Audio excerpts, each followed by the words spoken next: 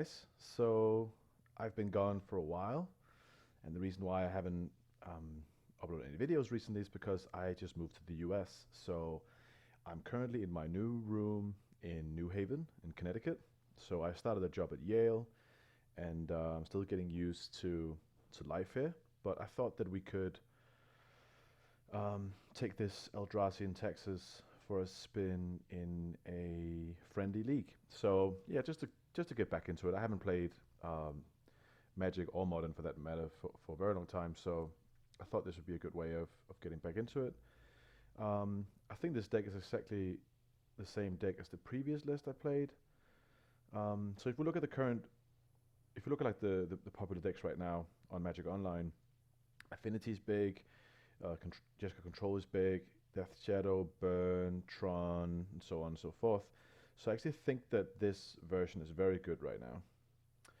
We get loads of hand disruption in the Tidal Scholar and the Thought Knot here, which is great against um, the control decks and also Death Shadow decks. And then we have loads of good stuff against Affinity. You know, we have Ghost Quarters in main, we have Flicker Wisp, which are flying, we can blink there.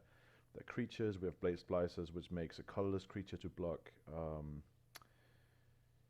what's it called? Edge Champion. We get Wasteland Stranglers also to interact with their creatures, and we have, you know, main deck removal. And then the sideboard against Affinity especially, we have Settlers Persecution, Stony Silence, Linnet Relic Water, also Selfless Spirits, just another way of getting a flying creature on the board. And then Selfless Spirit is obviously great against control decks, along with Gideon. Rest in Pieces would probably come in, at least some quantity of them. And then, you know, Kitchen Finks against burn strategy. So burn is quite big right now. If we have a look here, so burn is quite big as well.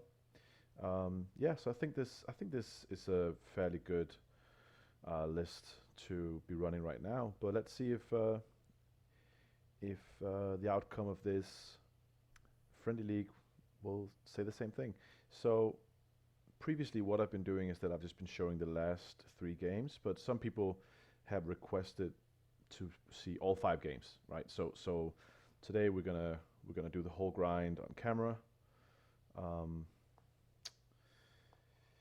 so what do we have here? We have a yeah. This is probably fine. We can start off by playing this tap land and then play a turn 2 Arbiter. And then we have the path up, or we can play an Eldrazi Displacer. Yeah, I think this is good.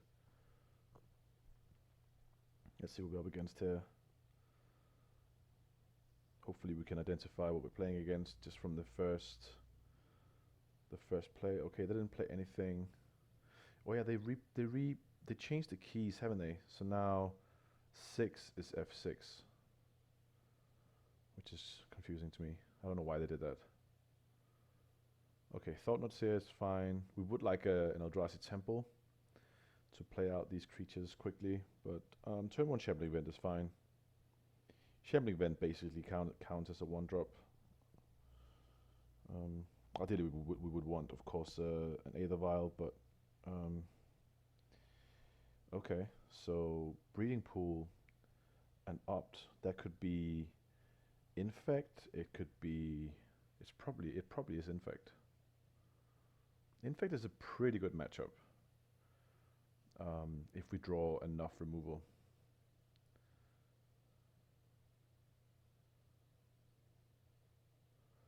Blade Splicer is, if we're playing against Infect, then Blade Splicer is not that great. I mean, it's okay because it makes a first striker, but let's just play out this Arbiter. That's going to make them fetching a little bit more difficult. I'm not sure if that's something they're interested in doing. It also just means that they can't go and find stuff with the, if we path something. So Pendlehaven, yeah, so this definitely is Infect. So they're probably going to play some sort of threat now. Blighted Agent, okay.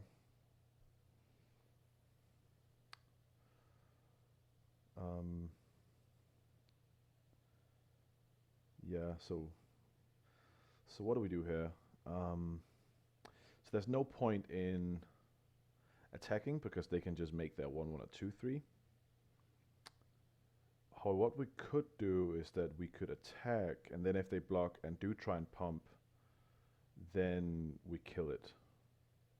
in response. So this can't be blocked, so we need to kill in some way. Okay, so let's attack. Because I think if they get to untap with this Blighted Agent, we're just pretty much dead. So now here, let's hope that they fall for this trick. So basically, I'm going to attack with the cat, and then hopefully they'll block and pump. And I didn't notice that they could do that.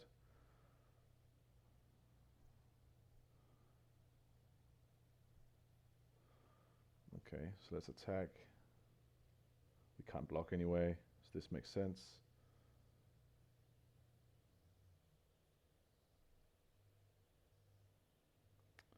Yeah.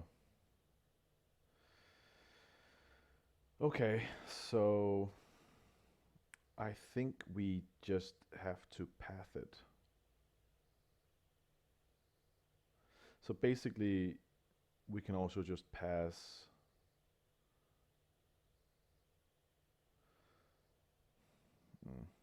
Yeah, maybe we should just pass. I think if we try and path it in our turn, we just lose because they just protect it. Okay, there's a Noble Hierarch. That's fine. Okay, that's a Might of Crosa. So they're gonna get in for 6.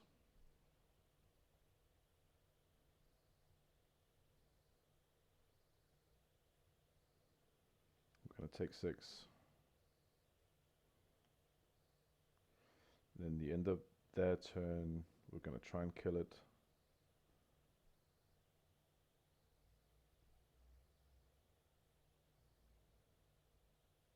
Okay.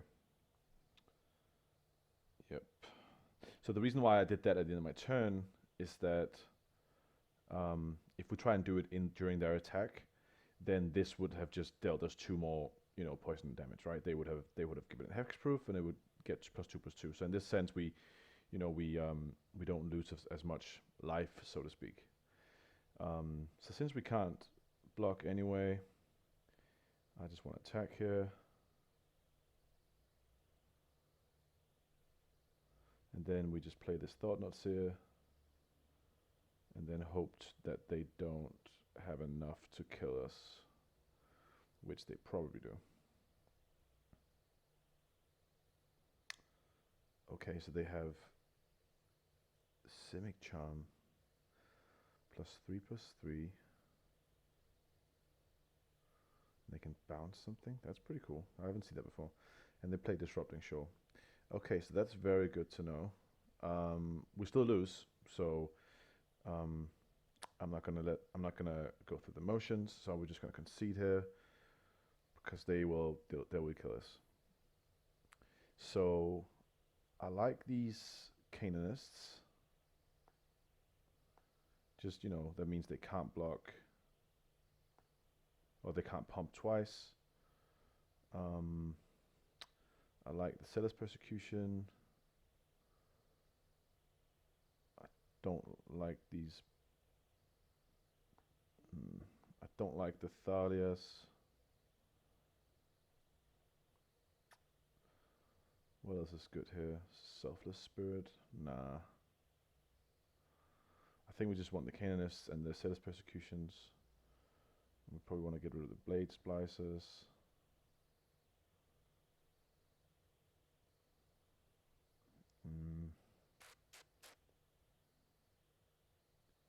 Maybe an Arbiter. So Thought-Knot Seer is a little bit slow. Maybe it's just too slow. Yeah. I like the Arbiters just so, they fetch quite heavily, so it's quite nice. Disrupting that, like their early game. Yeah, I think this looks fine. Let's give this a go. So what do we have here? We have a lot of Scholars, but we don't really have any ways of playing it. However, we do have a turn 2 Thalia. So maybe this is just good enough. So we just need to draw land to cast these Tideholder Scholars. I think we need to. I think we need to keep this. I think a turn 2 Thalia is just very important for what we're trying to do.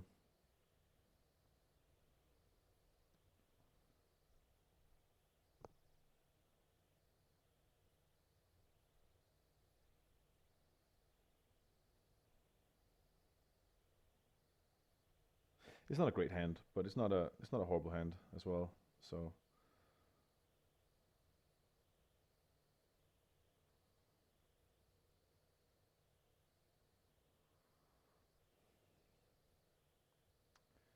like a concealed courtyard would be very good here.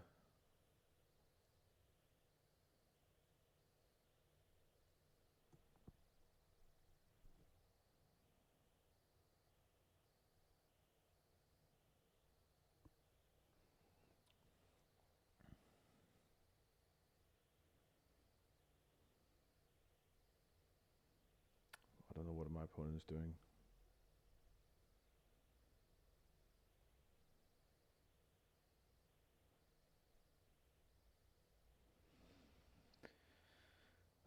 Not much, it seems.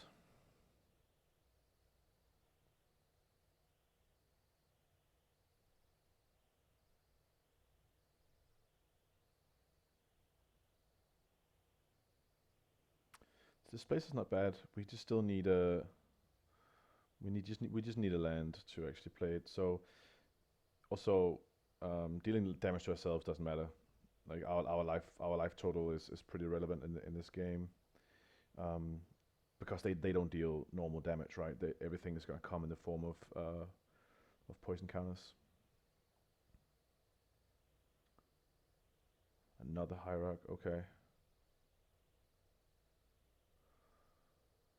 Yeah, I mean, if they're only infect creatures, this Nexus, then at least we have the Ghost Quarter, which is pretty good. But we do want to land here. Okay, perfect. So now the question is, do we want to play this Displacer, or do we want to play the Scholar? So I think just having access to a Displacer is very, very good.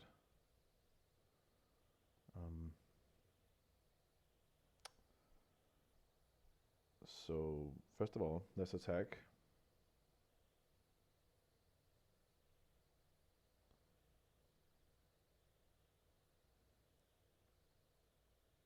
We can't block the Nexus anyway. So maybe it's just better just to keep open, just play Scholar, and then keep open the Ghost Quarter in case our opponent, well, you know, that might discourage our opponent from going for the Nexus. So let's see here. So so they do reveal it. Okay. So they have Distortion Strike, can't be blocked. That's fine. Might of All Crows, it just pumps up. So this is the one we want to get rid of. We want to get rid of this Vines because that's the one that's going to protect them.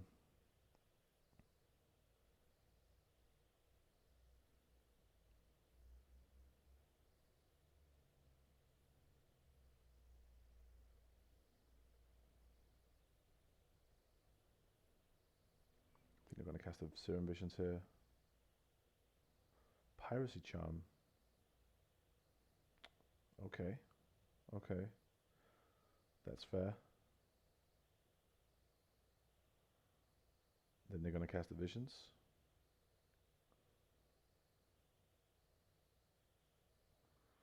Yeah, okay. Luckily we still have loads of Scholars that we can play out. We can really strip their hands. So what do they do here? They put bottom and top. Okay.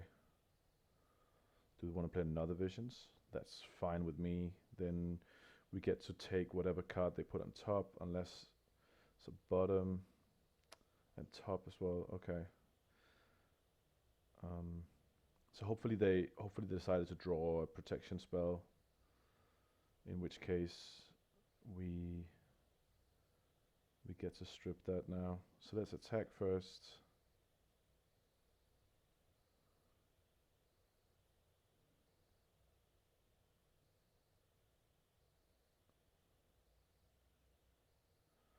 Let's get rid of these two here. We don't want to look at those. Telepathy. The opponent plays with their hand revealed. Okay, so that's sort of like instead of playing probe, I guess, like Protection Probe, they can have that. That's fine. Distortion Strike has a rebound. I think we just want to take whatever they can deal the most damage with, and that's the Might of Old Crowser. And then we just pass.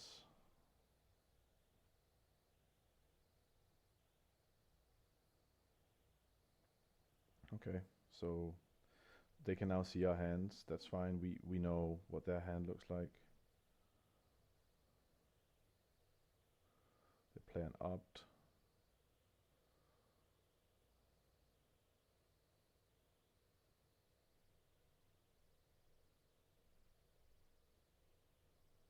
They play another opt. We know they have a Distortion Strike. So maybe at this point we just destroy the Nexus. Now that we know they don't have any ways of protection. We should actually have done that when they cast the first opt. Or we should have done that when we knew that they didn't have any ways of protecting their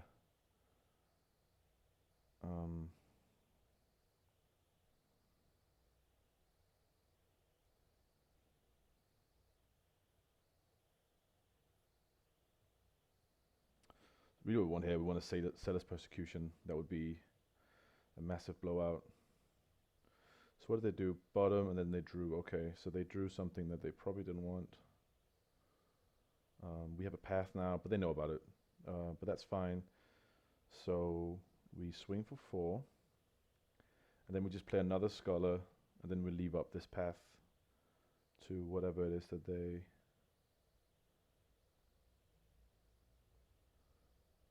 Let's see what they drew.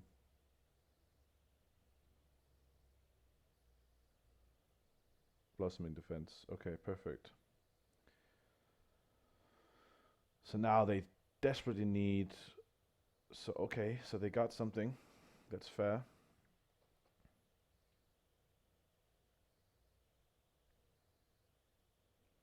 They can start pushing through with a bit of... Okay, so they go on the beatdown plan. I think that's fine.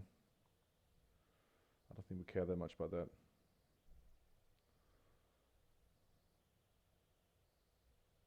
There's an Arbiter.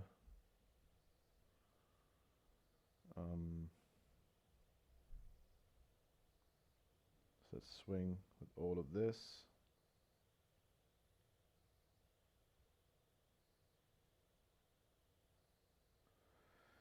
And so they could draw something like a Dismember, but they can't cast Dismember now. Let's just try and think here. Is there any sense of... Yes, so... Oh, they just concede. So they made it easy for me to think that through. I appreciate that. Okay, so I think that I think our deck is pretty well positioned. So I think we're just gonna run it back. They did the same thing. The Telepathy is an interesting addition. Okay, so we have a path, we have a vial. Yeah, I think we keep this. They mull to 6.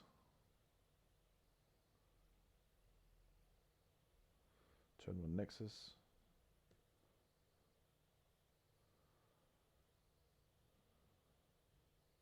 Okay, perfect. So we play the Courtyard, play the Vial, pass the turn.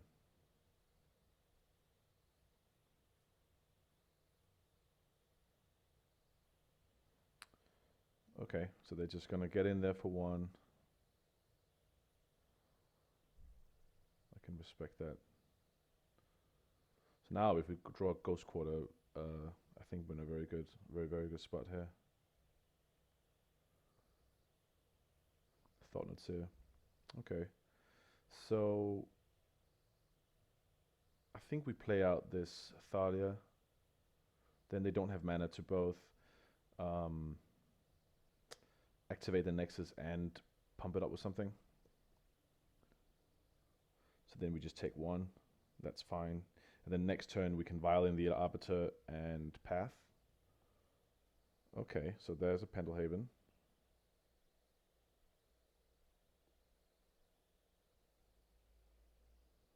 Yep.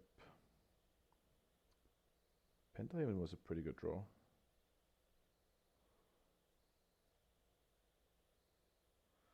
But we do want to get rid of this this Nexus, so Ghost Quarter would be pretty good. Put that up to 2. There's a Displacer. Displacer's not bad either.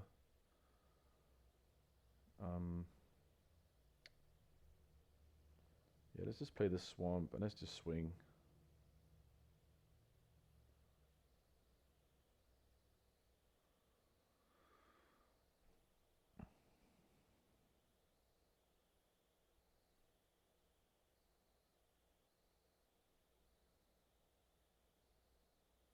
Okay, they activate that. They pump it. Okay, that's fine. They go attacking. Now we throw in the Arbiter.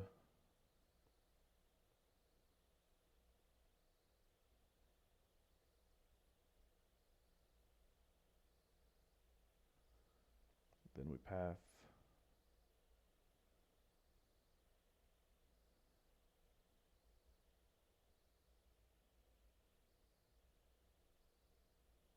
I don't know if this is enough for a concession from our opponent, but yeah, it was. All right, so yeah, like I said,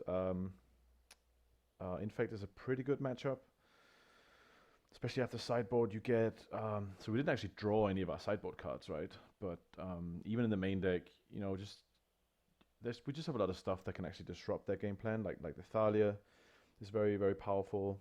And just having Ghost Quarters and 4 Path, like having 4 removal spells that can deal with them, including the 3 Wasteland Stranglers, which should also kill everything. And then after sideboard, we get the Sailor's Persecution, which is just insane against them. So all in all, it's a pretty decent matchup. I feel like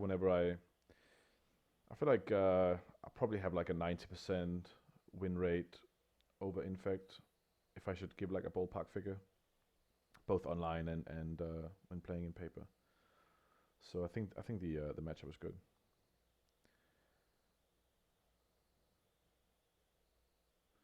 So now we're just waiting for an opponent. There's plenty of people in the queue though. And now that I'm in America, you would think that it would be easier to find an opponent, but it isn't always like that. Okay, here we go.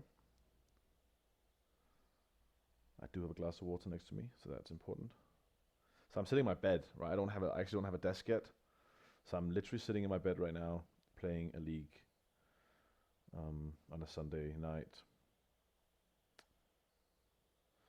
Okay, so yeah, this hand looks good. We have a few different game plans. So we definitely want to play this Shambling Event on turn 1, I think, because then on turn 2 we can either play the Scholar or the Arbiter, and then we have the Ghost Quarter available as well. But alternatively, I mean, it depends on the matchup. Maybe we just want to try and put out an early Temple. It depends. Like I don't think that the Temple play would be correct in this situation. I mean, sometimes you want to play your Temple first in the hopes that you draw a second Temple, so you can play a turn 2 Thought-Knot Seer. But the chances of doing that is quite low. So Cavern of Souls, this is probably humans. So humans can be tricky, definitely. Oh, elves. Okay. Okay. Right, okay. This could get tricky actually. I haven't found this to be a very good matchup.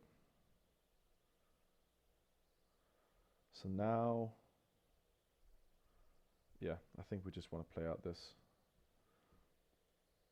And then go for the turn 2 Title Scholar.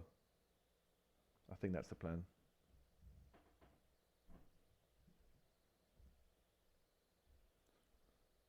This is Dwynen's Elite, probably. Another dog. Dogs are fine. Are they just gonna attack? Okay, so that's good news for us. So they're just gonna go for a bit of early beatdown, which is much better than developing their board for us at least. Because now we get to, that probably means they have some pretty big stuff in their hand, and now we get to have a look with the Scholar and see what they have in mind. So we can go in like turn 2 Scholar and turn 3 Thought Not Seer to really strip their hands apart, and also put down some early threats. So I think that was very, very good for us. So since we drew this Swamp, I think we want to play that. I think preserving life total is pretty important. So Scholar here.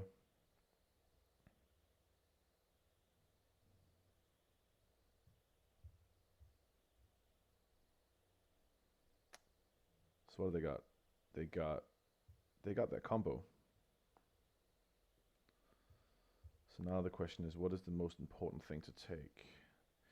So if we take the Devoted Druid, they could go and find a Reclamation Sage with the Cord. So I think we just need to take this Cord of Calling. So this is an artifact, right? So Reclamation Sage will destroy this. So if we take anything, so I think we just need to take this Cord of Calling.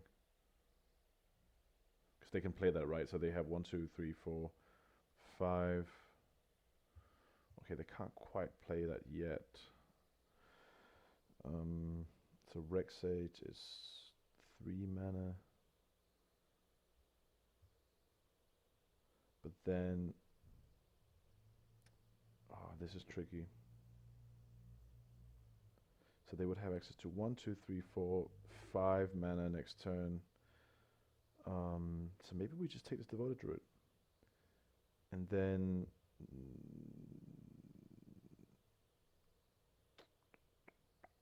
yeah. Then they can call for something, or call for something when we cast the Thought Not Seer. But maybe they draw something now, they want to play that instead, and then we have the Thought Not Seer play next turn.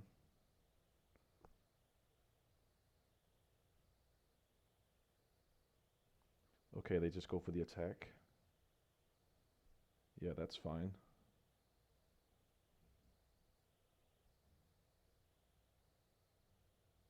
That's more than fine. They're gonna play a land now. Okay. So that was really good for us, I think. So now we just swing in here.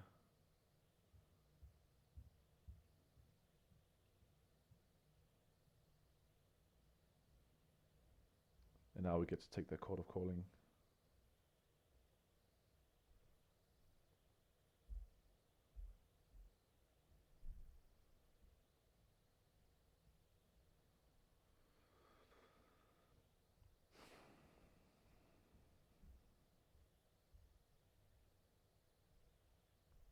Okay.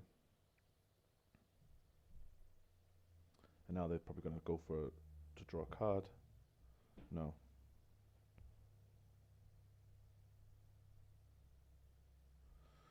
Another Cavern. Okay, so we have perfect information about their hand. So they have a Temple Garden Forest in hand. I wouldn't have played this Cavern. I wouldn't have played one of my other lands, but sure.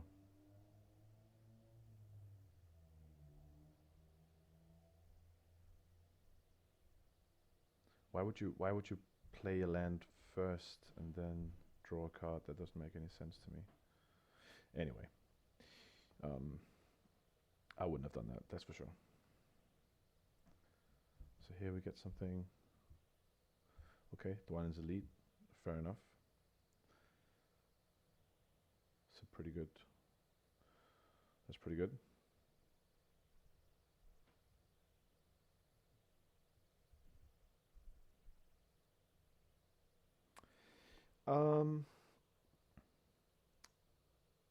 So now I think, okay, so since we drew this path,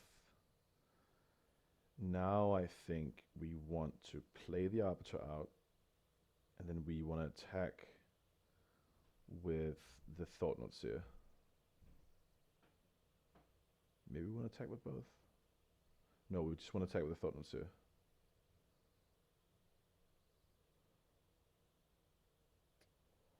Yeah. Okay, so we say white here, Arbiter.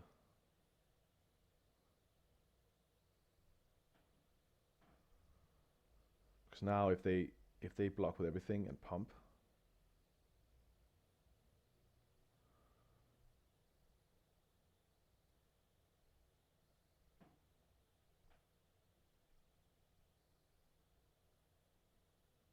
yep.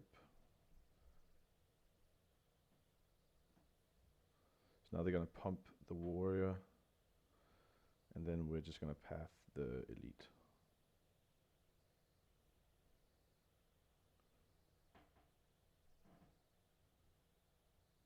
And now they don't have the mana to search.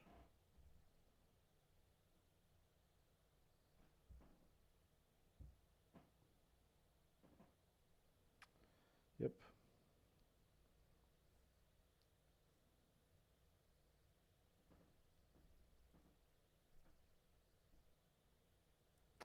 Okay, and they concede. I think we played that one pretty well. I think basically the sideboard is very similar, right? So Cetus Persecution. What happens to the Canonist? Oh, the Canonist went in. Canonist. I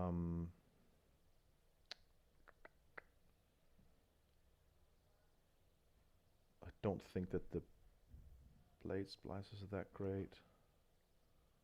The Thalias.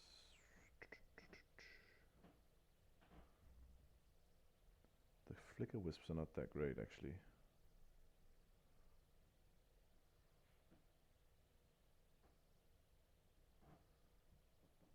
Maybe try like this.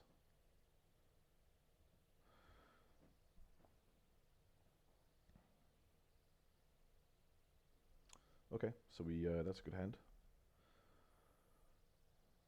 We get a turn 1 vial. That's usually what we want to do.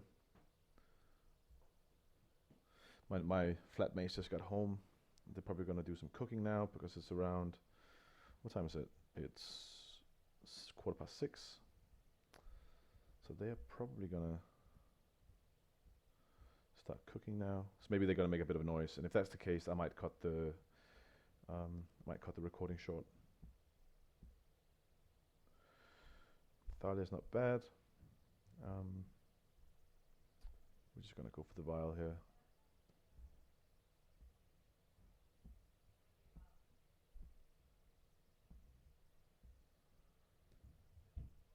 No play.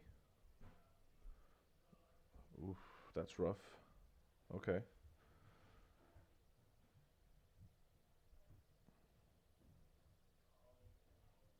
I get they just didn't want to.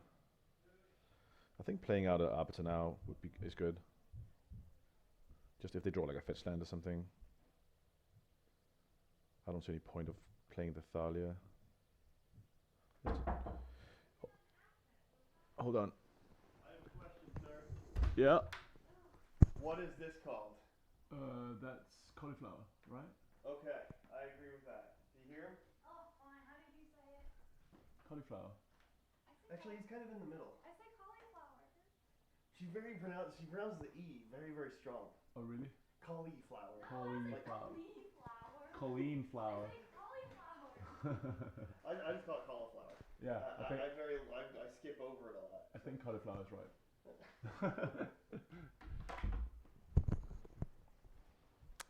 All right, I am back. Sorry about that. There was a discussion about how you pronounce cauliflower. And I guess Americans pronounce it slightly differently, also depending where they're from.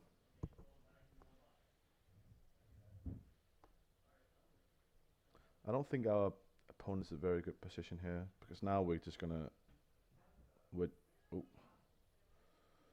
we are just gonna blow up their land, and they don't get to play Magic the rest of the game. Okay, so play out this Ghost Quarter. Play the Arbiter. Ghost Quarter their land. Yeah, and that our opponent sees enough. Sometimes that just happens, you know. Sometimes we don't really get a real game of Magic. I feel like keeping a 1 one. I don't know. I don't know what the hand was, right? But it seemed like that was a very risky play. I would probably gone down to 5 if I was in that situation. But I don't play elves, at least not in modern. I played in Pauper. In Pauper, it's a fun deck. A surprising amount of the very good elves are common actually, which is awesome.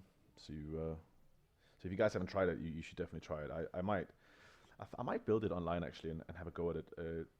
It's a very complicated deck to play in paper because you generate so many tokens, and there's so many like tapping stuff, and yeah, it gets out of hand pretty quickly.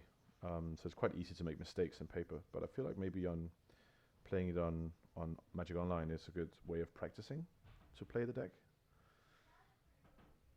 It's a fun deck to play, that's for sure. It's cool. You get to draw a bunch of cards and play out a bunch of elves and go wide and go big. You get to do everything, so it's cool. Yeah, if you guys have any, when you watch these videos, and if you have any propositions to what you want me to see, or what you want to see me play. So I have been playing a lot of Death and Taxes, and I'm getting a little bit sick of it. So I'm actually thinking about going back to playing, Snapcaster Mage decks. So maybe playing Grixis Shadow or a blue-black Shadow or something like that. So easy mulligan, no land. If we had one land here, it would be great, but we don't, so we mulligan this. Wow, another one. Yeah, I guess that's a fine. So, do we want a displacer? I don't think we do.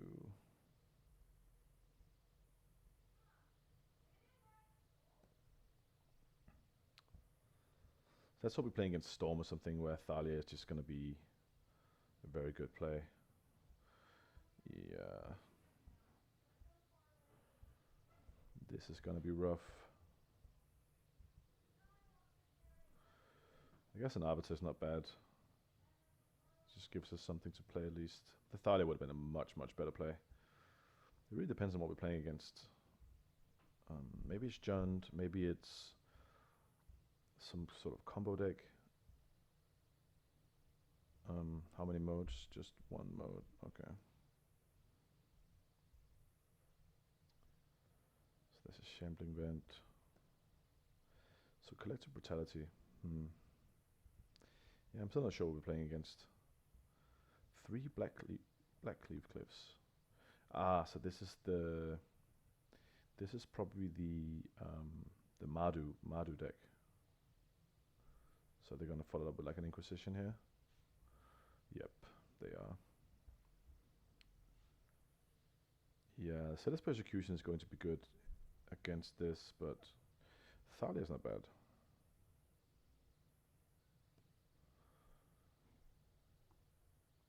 It's a good blocker against what our opponent is trying to do, but they probably have a Lightning Bolt or a Fatal Push or something here. Or a Kolaghan's Command. That is probably the worst card we could face here. Wow.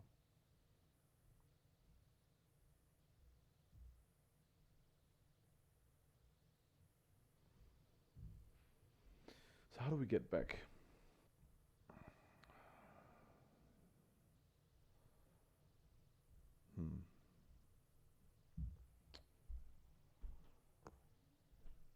So, our opponent has 3 cards left in hand.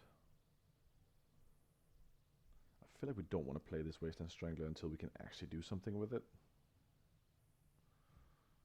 Right now it's just a 3/2 that's going to get killed by pretty much anything. Maybe Thoughtseize Inquisition was a reason to play it, but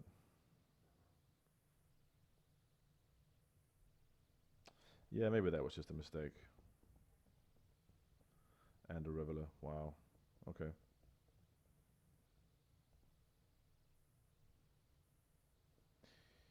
Yeah, I think we're pretty dead here.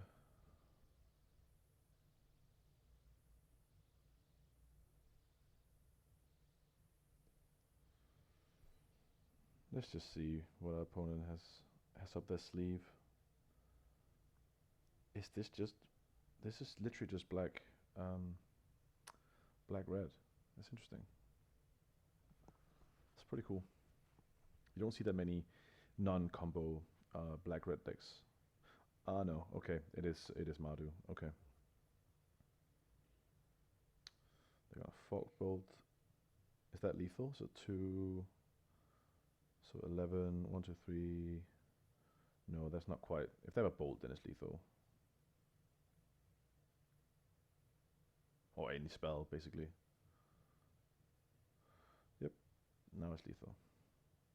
Right, so that's 6, 7, 8, 9, 10, 11, yeah. That is lethal, okay.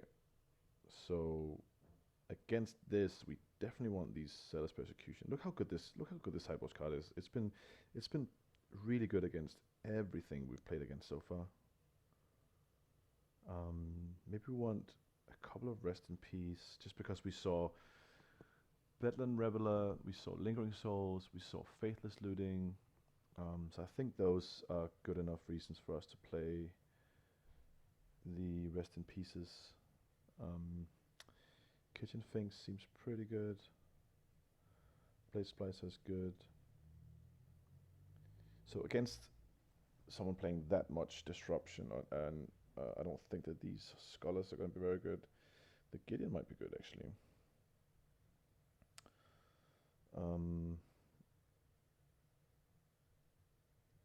Yeah, the Arbiters are going to be good. Thalia is definitely good.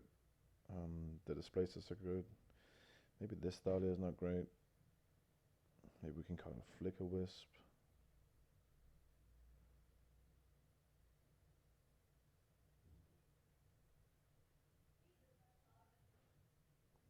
Maybe Flicker Wisp is good.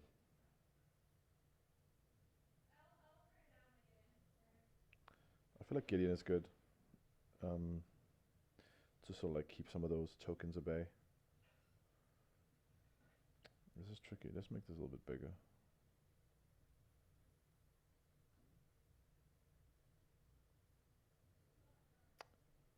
So Thalias are great. Maybe 2 Rest in Peace is just too... They do have a lot of graveyard stuff going on though. Maybe Path is not incredible. Maybe we can cut 1 Path.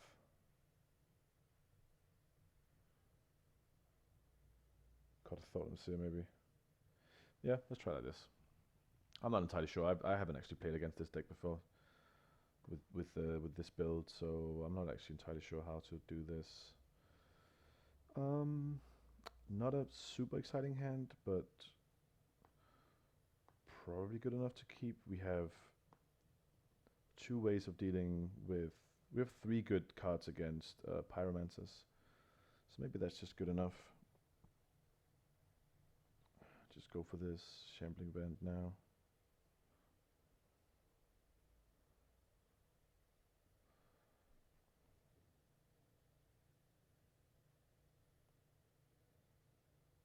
Okay, so no turn 1 play. That's very good for us.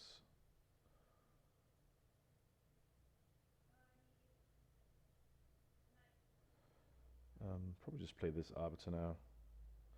So like try and force our opponent to deal with that. So if they have like fetch lands and stuff, they just need to deal with it rather than playing like Thought Seizers and stuff. However, Collective Brutality would be very good here. Okay, so they go for the Young Pyromancer play.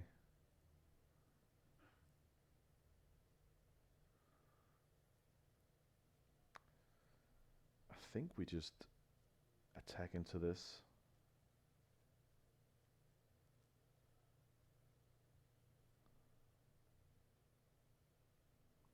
There's no way they're going to trade, I think. No. And then now the question is, what do we do here? Because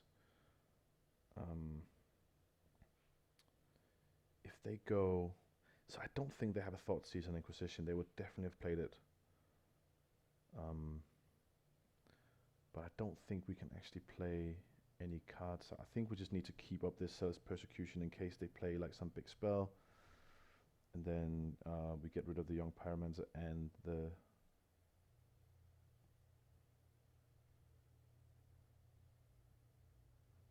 Faithless Looting. That's fine.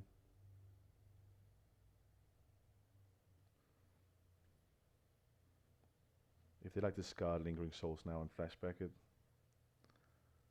that's pretty good for us. So they discard an Inquisition. Huh. That's interesting. If they attack, we take 2.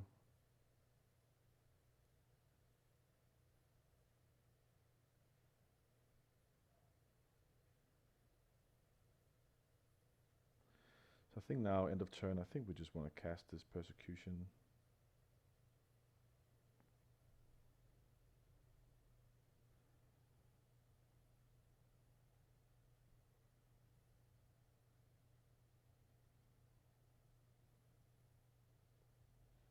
They might be fearing a Ghost Quarter here from us.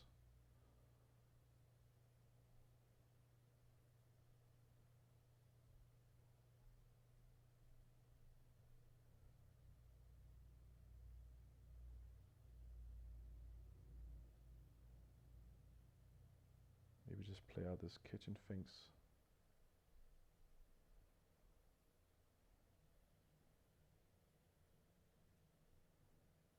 It's just a good big threat, you know.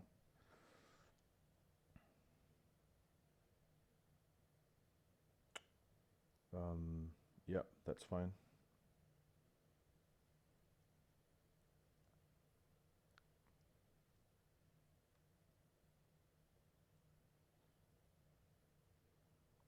They probably have a fetch land here. No, nothing. Okay. I can respect that. So here's a Rest in Peace, which is not bad.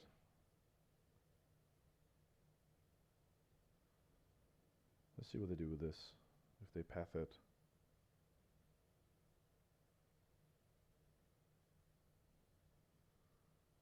Codegan's command, take the young Pyro back and deal 2 damage to this.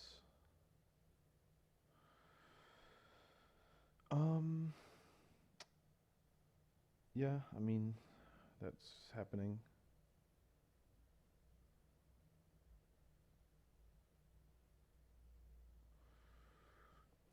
So what do we do here? Do we Flicker Wisp? The Finks? Yeah.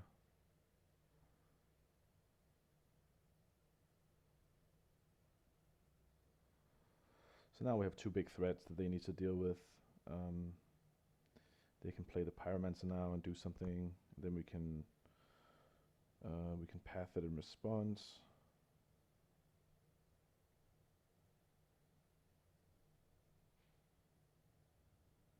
Should we path it end of turn?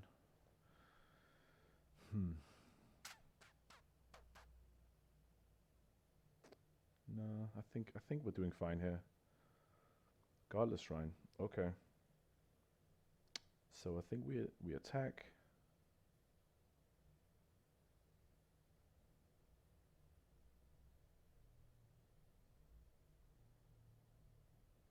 They're gonna bolt.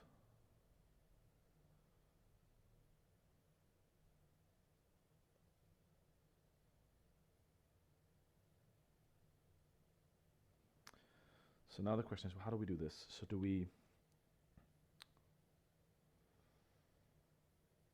path the Pyromancer now?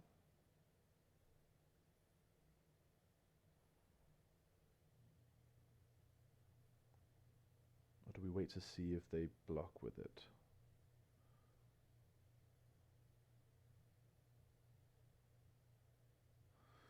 Okay, let's just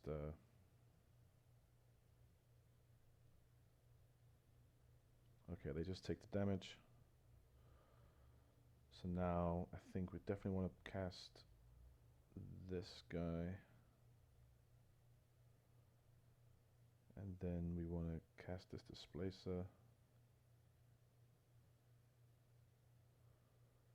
And then we pass.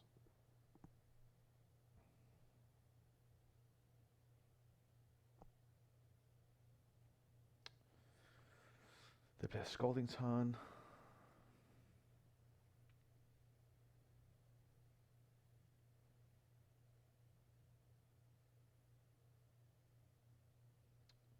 Yeah, that's pretty annoying.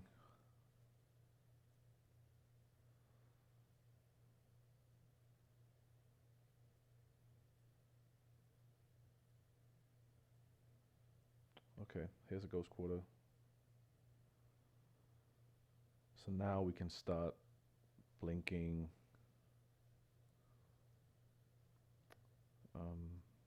the elementals. Let's just attack here.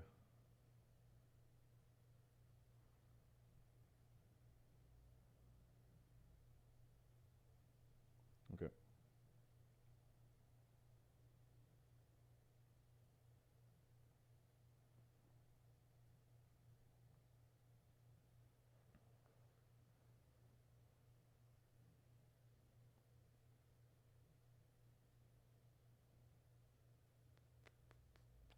Yeah, the things in the rest in peace is a little bit of a non-bow. But, you know. What are you gonna do?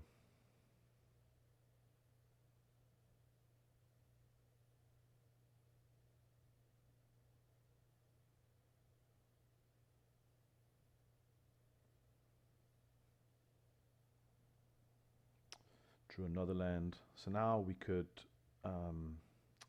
attack with this Shambling Vent and keep. So this is pretty good. White, black, colorless.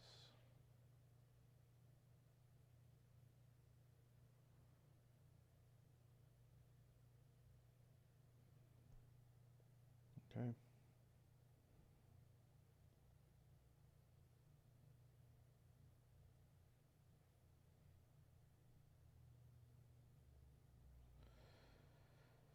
Lingering Souls. Okay.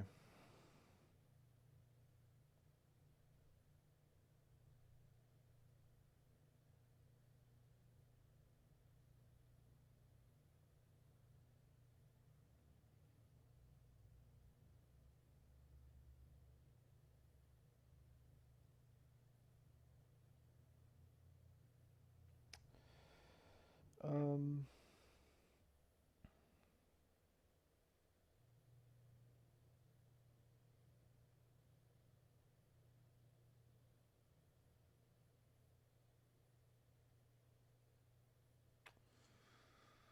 So how do we do this? So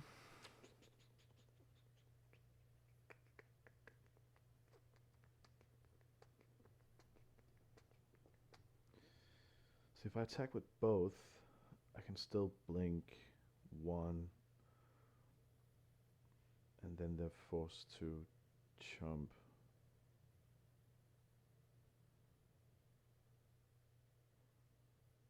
No, they're not forced to chump anything. But I think we just wanna apply the pressure here.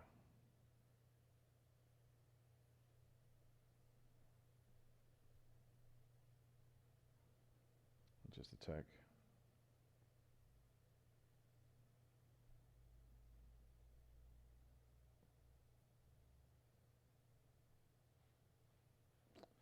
So they block like that. That's fine. Then we blink the pyromancer.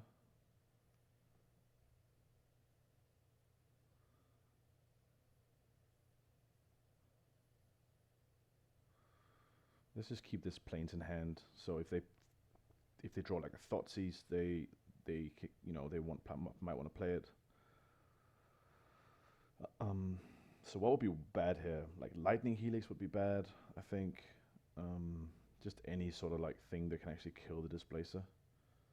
I don't know about cracking that fetch land there actually, because if you draw a Fatal Push, yeah, see, this is exactly what we wanted. So now they're going to cast Inquisition. They're just going to see a Plains.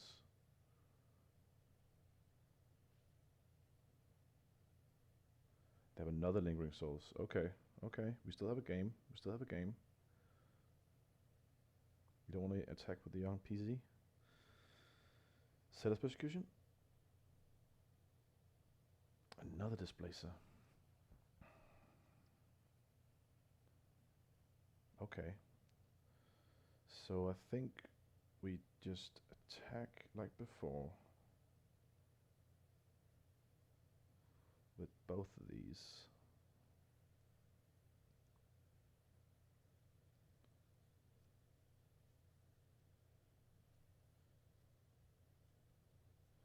Okay, triple. So we block like that. Yep. And then we play this. Play another displacer.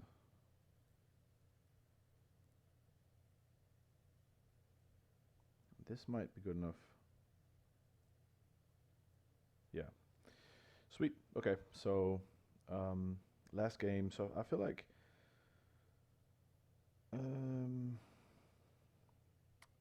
maybe this Thalia is just good enough. You know, it just keeps the. Maybe the Sphinx is not that great because we're playing Rest in Peace. Yeah. Okay, I convinced myself. Let's try something different. The Canonist could be good as well, but again, it's an artifact. It dies to Kolaghan's command. It's just going to be so easy for them to 2-for-1 us on the board rather than attacking our hand or something. So I don't like playing that many artifacts when they're probably playing 4 copies of Kolaghan's command, right? So that doesn't seem that great. This is definitely not a good matchup. Like all these grindy. I'm just happy we haven't seen Liliana, the Last Hope. It's pretty good against this. Okay, so this is a turn to Eldrazi Displacer, which is fine.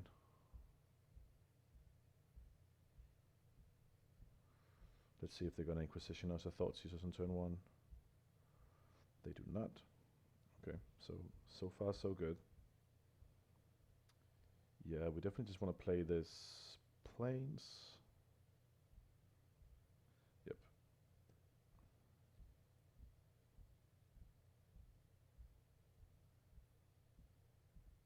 They might go turn to Collective Brutality though.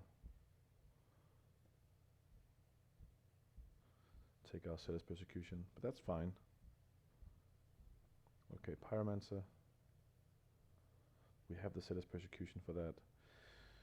Okay, this is interesting. So now we can either play the I think we want to play the Thalia in this situation.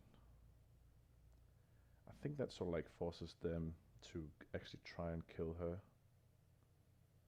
I think that's better than just playing the Displacer. Because now all the cheap spells, you know, are much more difficult for them to cast. Yeah, and look, we pretty much just brick-walled them this turn, which is perfect. So I don't really care about...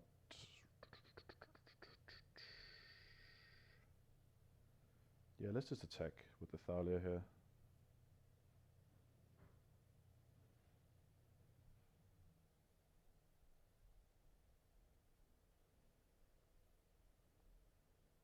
Let's play out this Thought Knot here.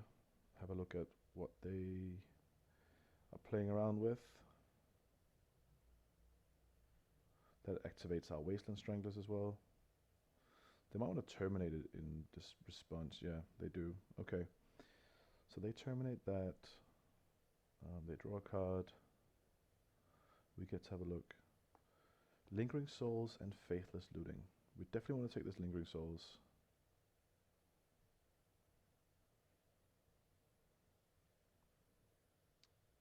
And then pass the turn back.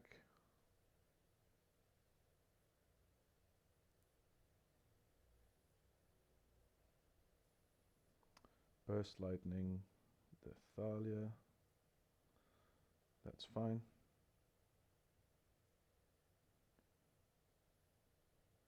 We have the Zealous Persecution. So now they're probably going to go after they're probably going to play the Faithless Looting afterwards. And then next turn we can just play Eldrazi Displacer plus a Faithless, plus the Zealous Persecution. So let's look at what they discard here.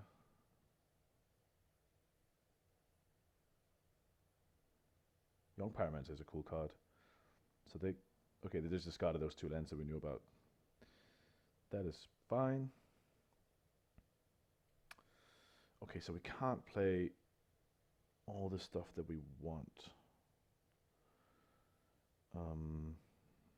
I feel like we might just want to play.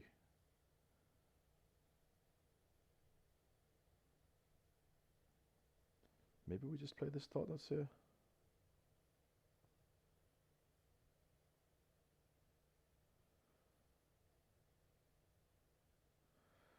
Lightning Helix and Lightning Bolt.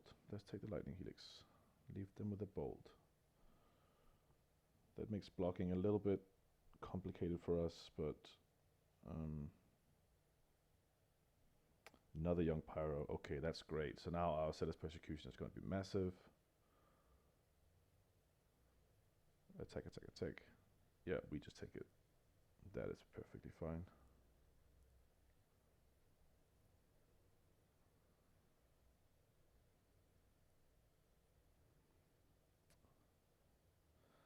Look how good this card is. I mean, just look. We get to attack for 5. They only have a Bolt in hand. We don't have anything to play into the Bolt, which is perfect. So what do we have in exile? Okay, so that's good to know. So now if we need to activate the Wasteland Strangler, we don't have to. Okay, a Swift Spear. So we can Wasteland Strangler the Swift Spear.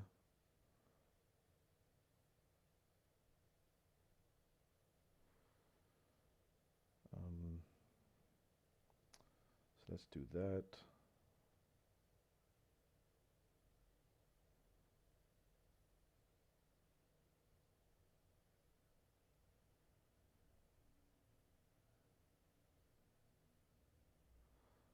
They're gonna bolt it. Yeah, that's fine.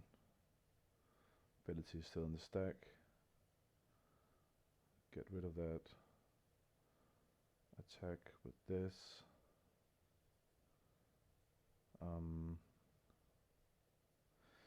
Play the Displacer because now we can Thought Not Seer lock them. So every draw step, we just make sure that they draw 2 cards with this interaction, and then we just take their best card, basically. Or not. Okay. Fair enough. So there's a Rest in Peace, which we probably want to play.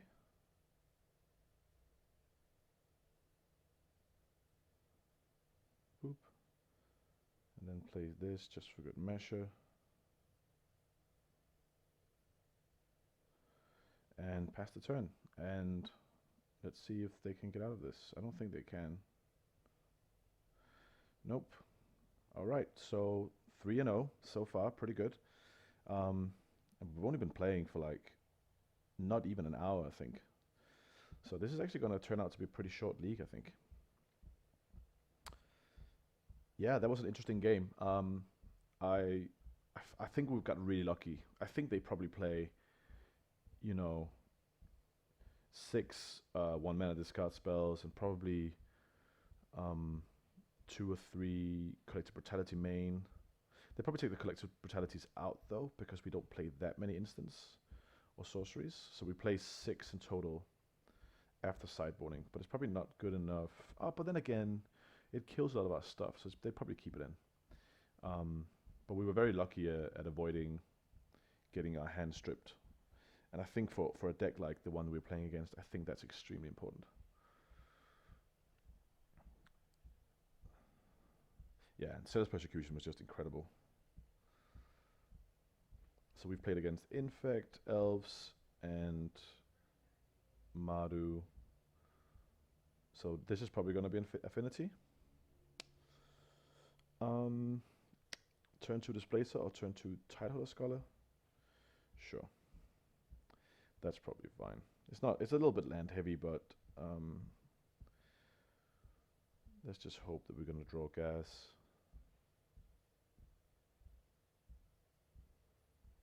I still think these two cards are fine. The mulligan's a 6. Mulligan's a 5.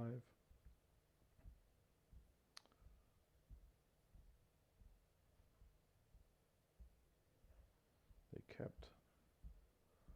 Put card on the bottom. Okay. Let's just go with this.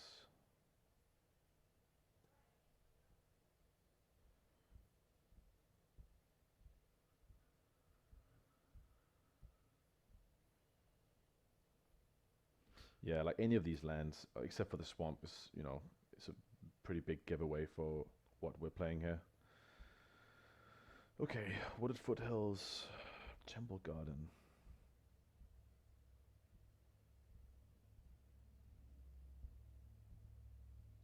Bogles. Uh-oh. This could get tricky.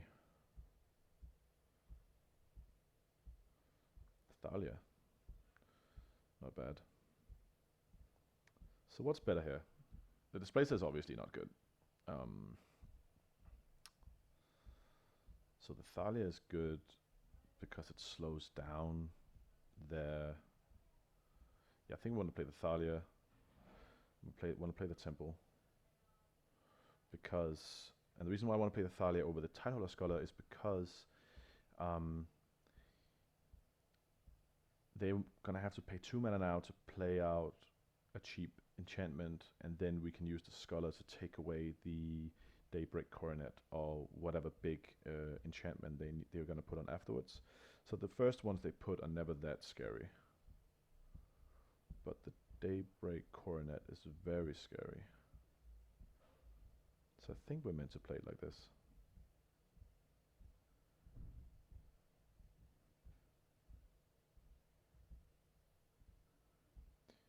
Yeah, you need to pay 2 for whatever you're doing here. Okay, Spirit Dancer. So now I think we want to play out... Oh, we can't play the Vial now. Damn it.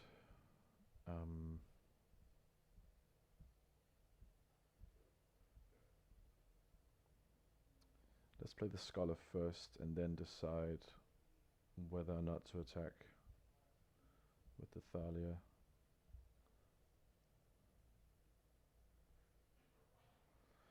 Two Daybreak Coronet and the Spirit Link. So we just need to take the Spirit Link and then cross our fingers that they're not going to draw another enchantment.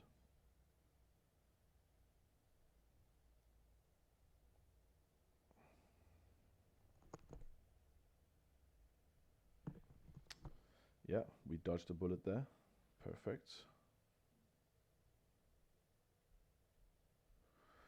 And a Thought-Knot Seer. So at least we can take away one of their coronets, which is probably the right thing to do. So let's attack with both.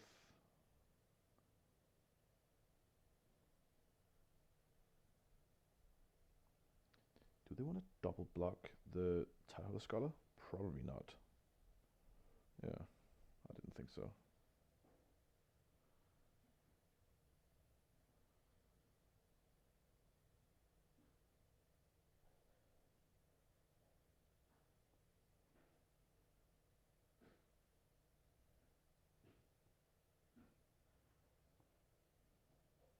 Okay, so far so good.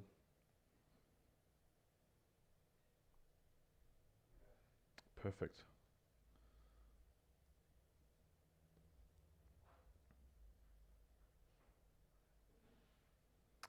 And we draw another Scholar. This is just perfect.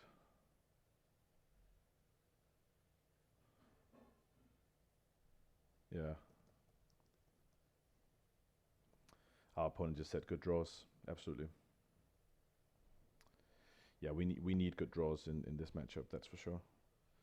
So we have a Relic Water. We have again the Zealous Persecution.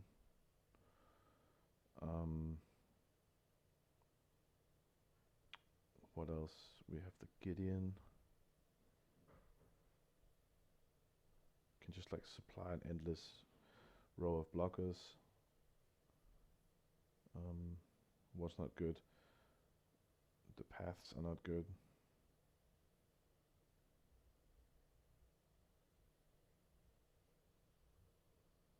Brazen Strength can still kill the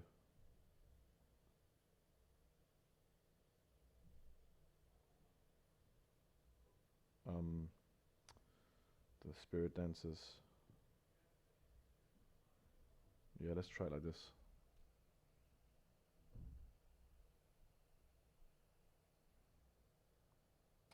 Turn 1 vial and Sailor's Persecution. Yeah, I don't think we can ask for more.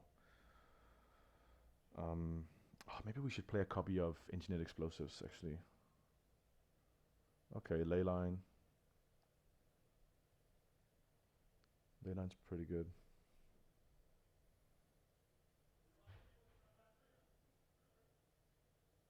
So we just have to play out this vial, and then we just gotta hope that they're gonna play out another creature. Otherwise, the Sailor's Persecution is pretty dead, and we're gonna be pretty screwed. Spider Umbra. Okay, not great for us. If they only have 1 land though, then that's better, I guess.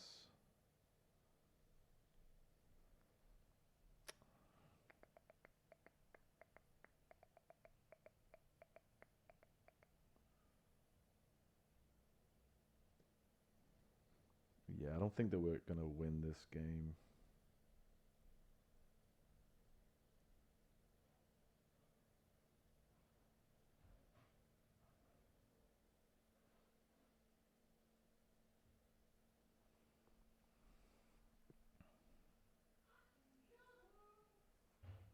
If this is a coronet, then we're pretty screwed, no? Spirit Dancer, okay, so that's fine. What do we need here? We need something good. I don't even know. An Eldrazi Temple, probably. We need a land. Eldrazi Temple would be good. Wow, okay. Yeah, okay, we still have a game. That's perfect. Let's make sure that we... Wow, that was really lucky. That was basically... Oh no, the ley line. Damn it, I forgot about that. Okay, but still, it's fine. We can play, at least we can play out our creatures now. Oh yeah, I completely forgot about that ley line. Okay, Daybreak Coronet. So now we need a Flicker Wisp. If we draw a Flicker Wisp, we are in okay shape. Unless they're gonna play another enchantment now on the Scout.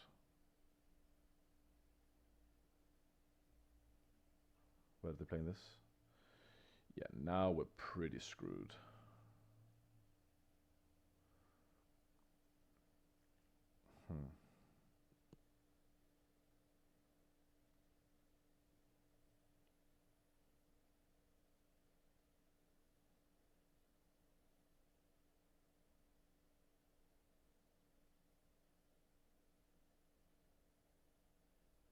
So if they didn't play the Ethereal Armor and we drew a Flicker Wisp, we could have flickered the Spider Umbra, which would have taken off the Daybreak Coronet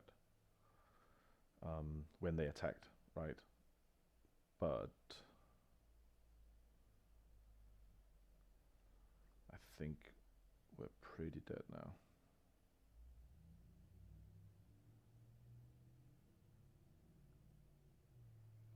Yeah, we might as well just play this out. I don't see why not.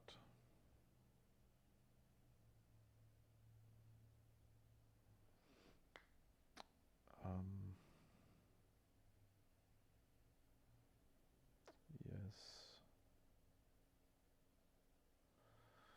The Scholar doesn't do anything. Can we do anything at all here? I can just like start chomping. I would need to draw like 2 Flicker Wisps in a row, I guess. No, I don't see us. I don't want to waste any time with this. go to game 3. So maybe these Canaanists are just better than some of this other stuff. Take a Wasteland Strangler out. Maybe the Gideon is not maybe it's just not good enough. Maybe it's just too slow. I think it is.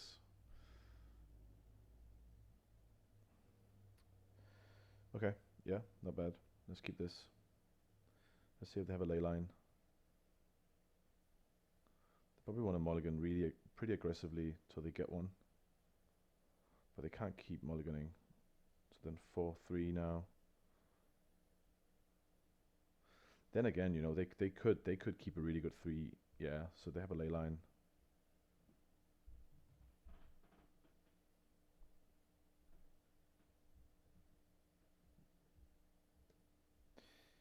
Yeah, let's see.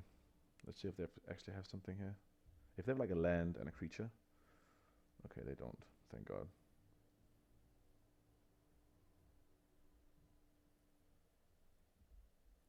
We have some pretty good land stuff, some pretty good creatures here. So now we're going to play out the Arbiter in case they draw a fetch land.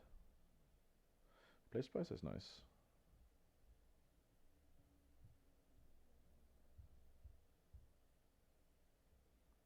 But you know, I've played against Bogles where they just manage to pull out a win out of nowhere. You know, you just draw the right combination of creatures and stuff, and then you're golden.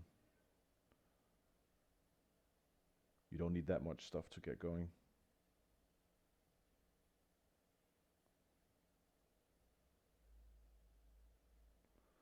That's another Arbiter. Arbiters are fine. We can actually play them.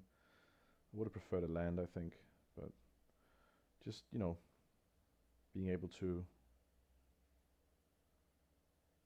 Yep, that's fine. Let's find a plains.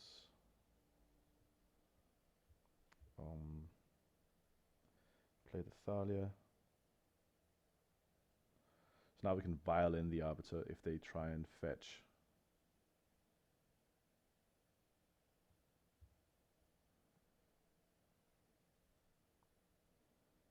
Oh, we still want a violin.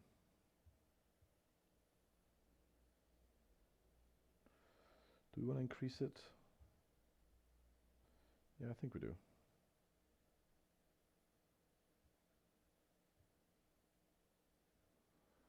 So now we basically just want to try and kill them as quickly as possible before they actually get anything going. Getting a Ghost Quarter would be incredible. So I think that's what we're hoping to get. Ghost Quarter is definitely what we want.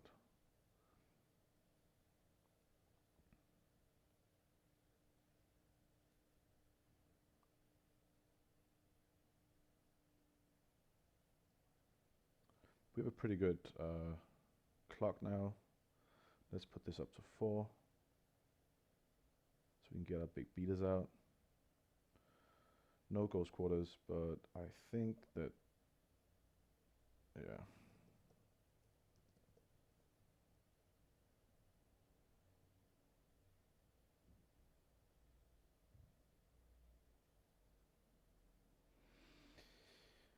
Sometimes you just, you know, don't draw anything.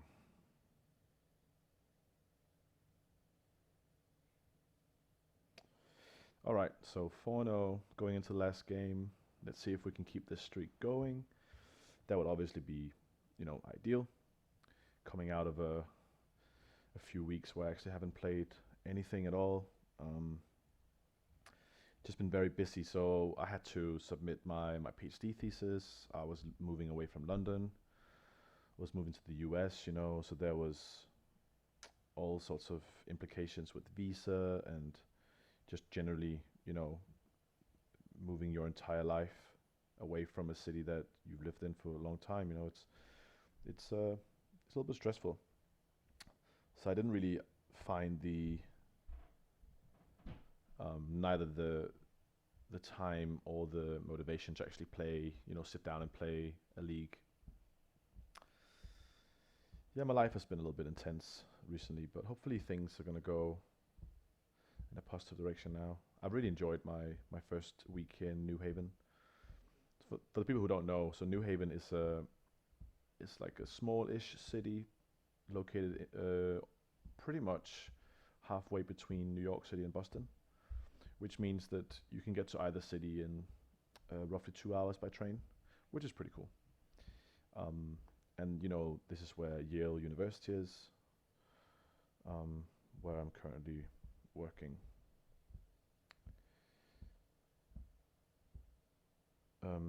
Yeah, so this is an okay. It's not a great hand, but it's a fine hand. We have hand interaction. We have land disruption.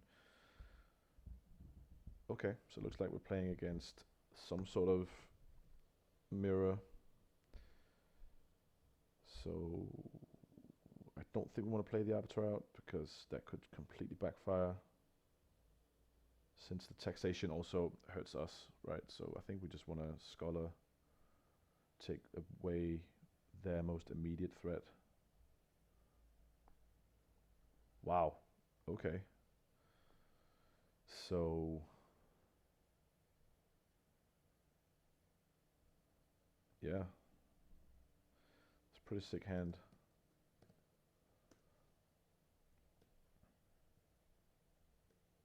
Yeah, I don't know how we beat that hand. That looks complicated.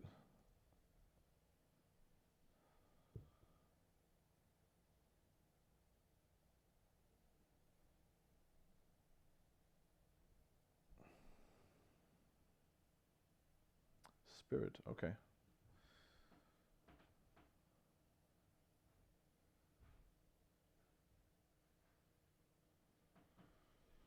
So what do we do here?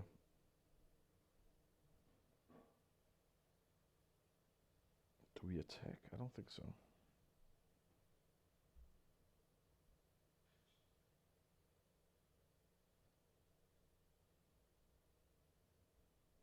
No, I don't. I just think we pass.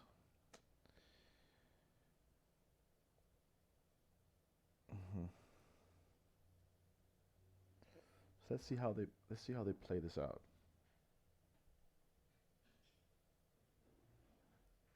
They play the Ghost Quarter. Attack with a Spirit.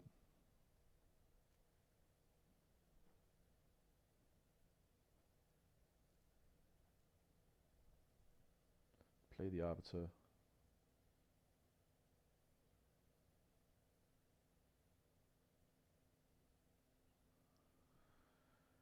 They play the Arbiter. So now if I path the Arbiter in response, then they can Ghost Quarter me. Yeah, there's no way to get around this.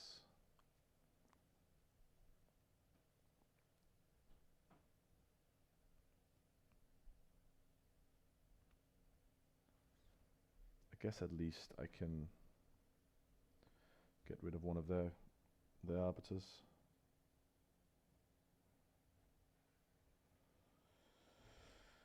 But yeah, this is not ideal.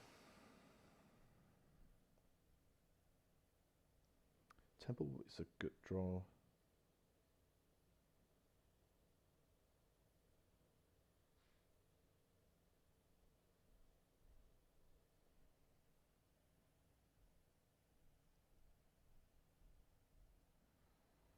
So attack. No blocks. So I don't think we can play anything here, because if they Ghost Quarter us, then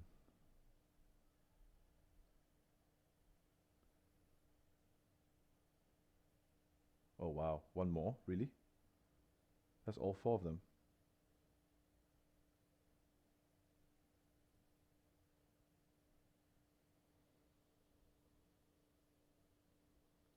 Wow, that's pretty sick.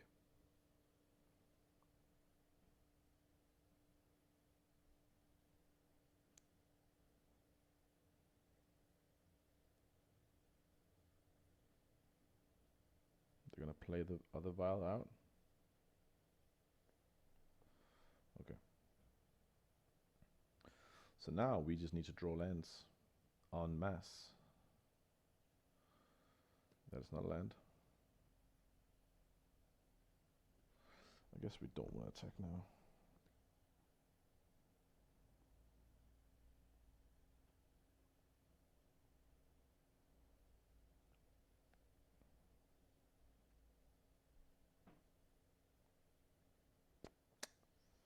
Sure.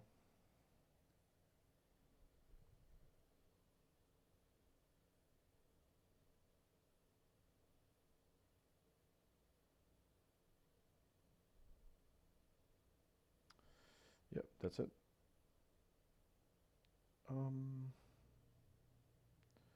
Okay, so I think we want the relic water. Definitely want the Cetus Persecution. Probably the Gideon. Probably the Sphinxes. Don't want the Arbitus.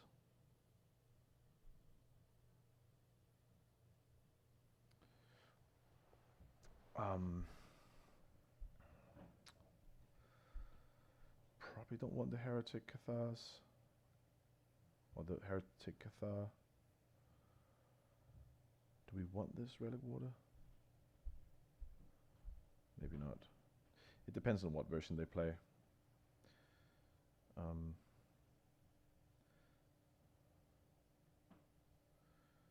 Yeah, this is fine. I think I want to start out with the temple in this situation, because if we draw another temple, we get a turn 2 Thought Not Seer, which is pretty good.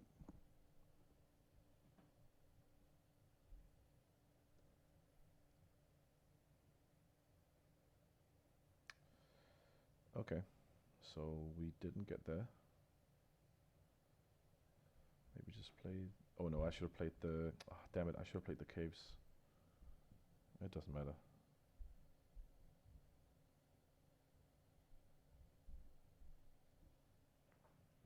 Yeah.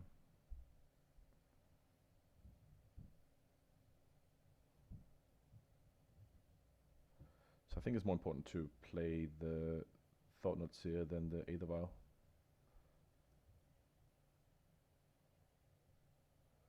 Oh, lightning bolts?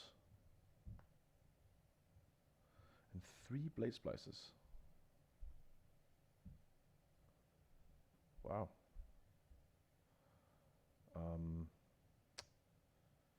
I guess that's a thing. Do we want to take one of these blade splices?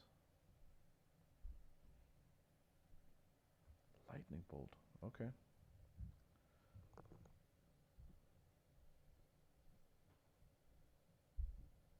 Come on, no land. Path? Oh, the vial. Okay. Yep. So now we want to draw a white source.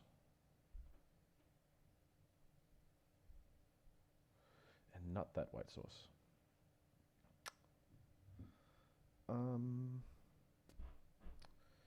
So let's swing with the Thought Not Seer.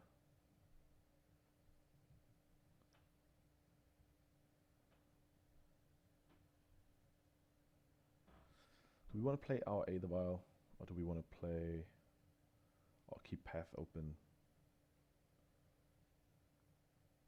I think we want to keep the Path open.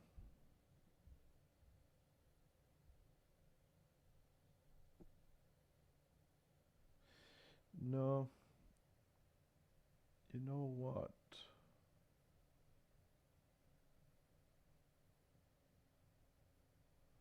Let's play our Aether Vial.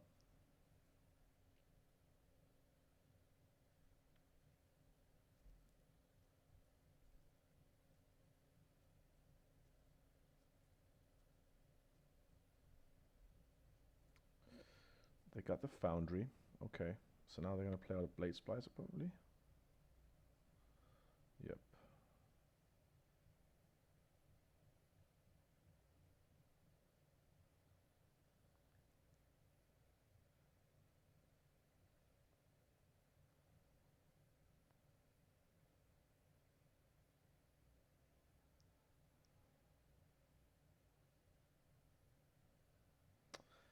And there's our Cetus Persecution. Okay. Okay, how do we do this? How do we do this? Do we just play the Gideon? Start making tokens?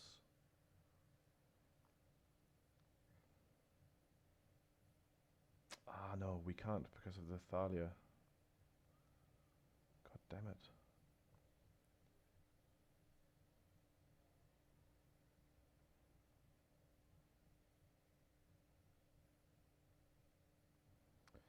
So what can we do here? We can play Persecution. And then we can't play anything else because of our mana. So maybe we just want to keep back the Thought Knots here and then see what they play, and then if they play, and then we can play this Persecution end of turn. That's probably the right thing to do. Okay.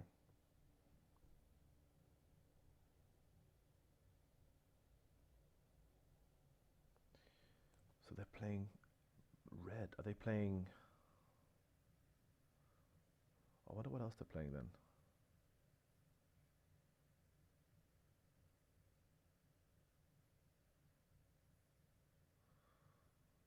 So they're going to attack with probably everything here.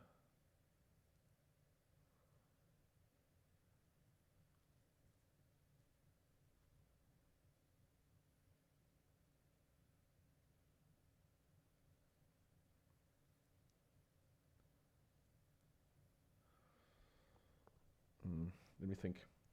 So if we play...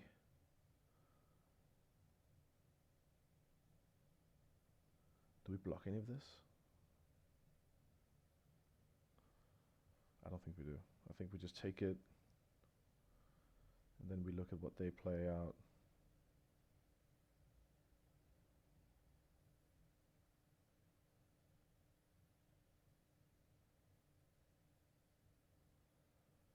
Magus of the Moon. Wow.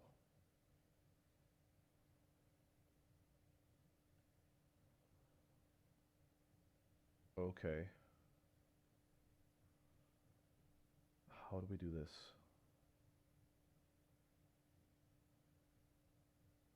I guess we have to Ghost Quarter our Eldrazi Temple. So we go Sailor's Persecution first. Like that.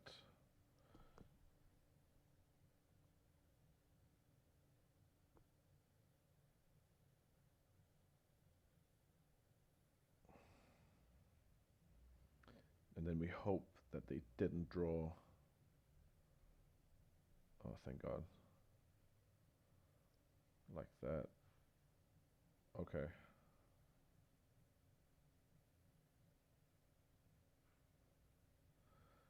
And then end of turn, we path this.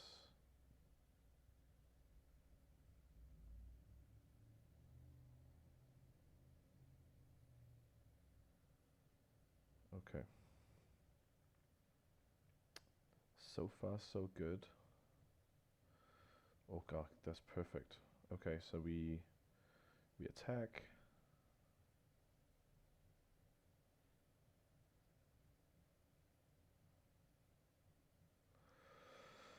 Oh, this game is scary. But now at least we get a Gideon out.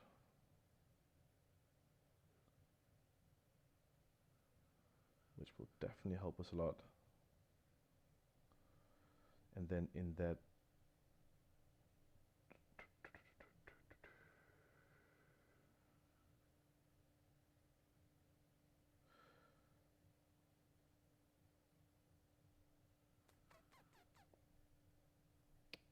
Yeah, we just do this now. There's no point of doing it in their upkeep compared to now. So Blade Splicer, Flicker Wisp.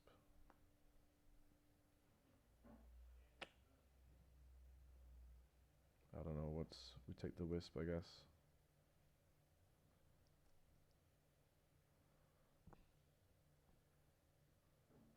Oh we should have taken the bolt.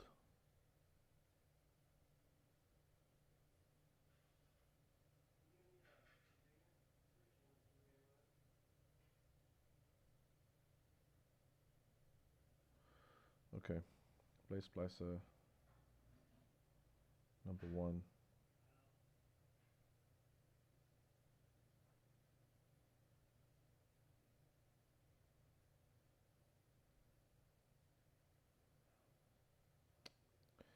Attacking the Gideon. Yeah, I think we just chomp. Because otherwise Gideon will be dead.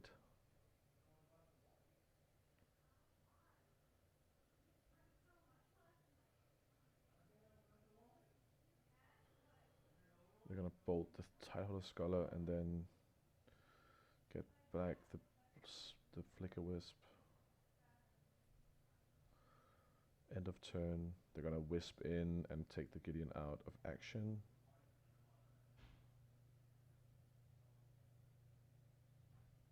Okay. Yeah, I think we should have taken that bolt.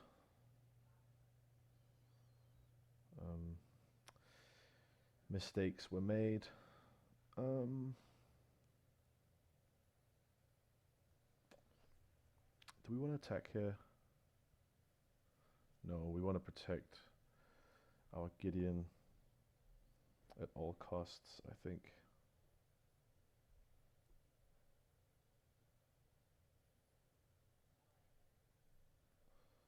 Have another Blade Splicer. Blade Splicer is hard to deal with.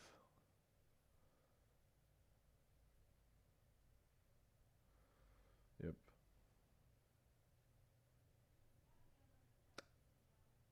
Okay.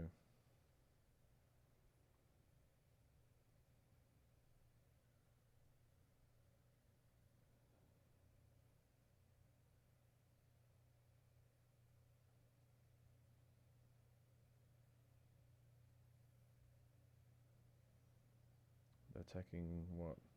All on Gideon. All on Gideon.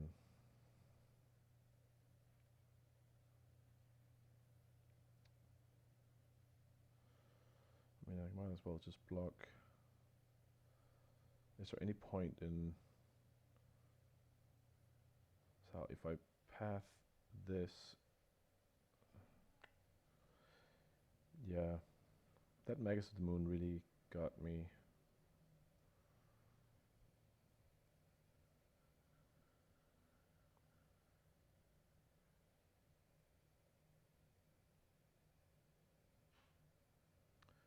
Another...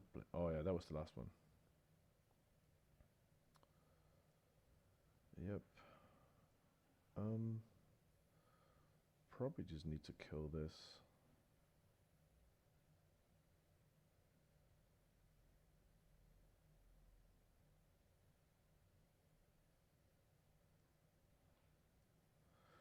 Probably just keep that at 3. Thought not to. Okay. I mean, that's something.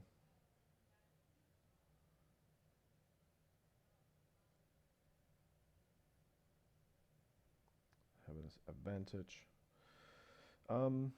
Yeah, I think we just need to keep back here. I don't think we can afford to attack. What we really need is another Sailor's Persecution. If we can get that, then...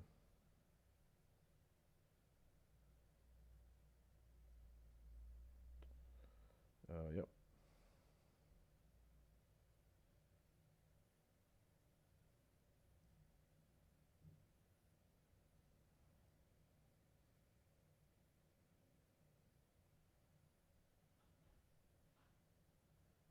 Do we want to do that? No, I think we can take 3 for now.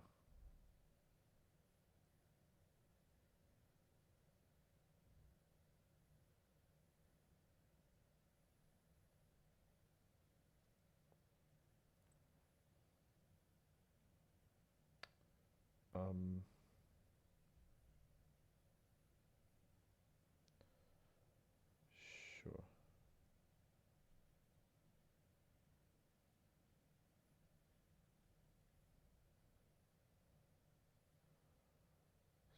No, just get a plains. No. Wow. Okay, let's just swing. That was an amazing draw. Wow. That was insane.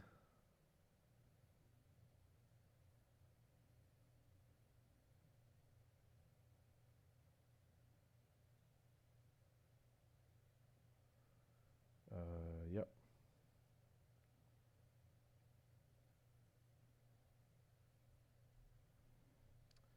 Yeah.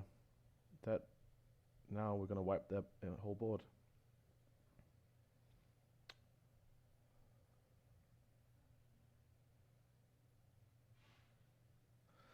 I don't think they expected that one.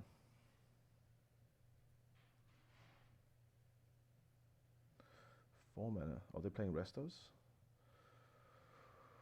Whew. Oh my goodness. That was intense. Wow. Maybe we don't want the Finxes actually.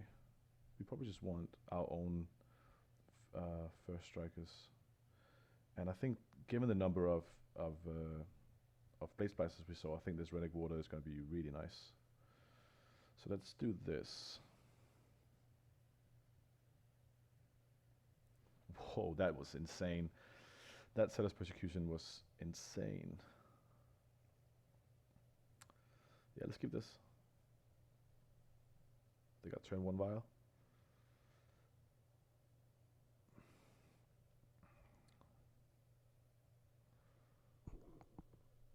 Wow. Yeah, they got the vial. Okay.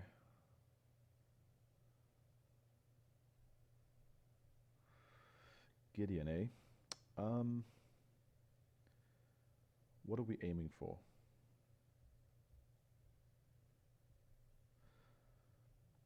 I think playing out the temple might be a little bit too greedy.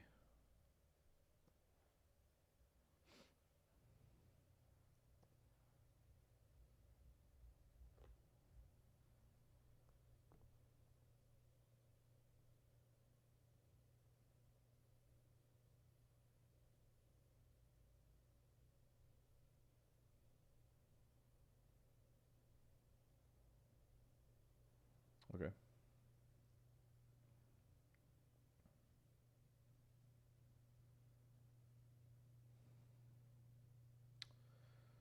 Should we play out the Displacer or the Thalia?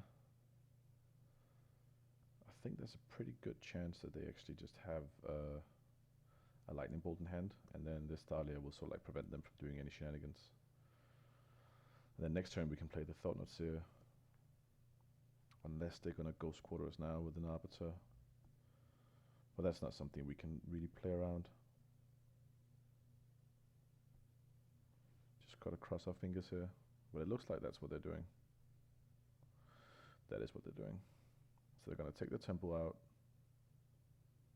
Probably. No? Oh, they're just gonna path. Okay.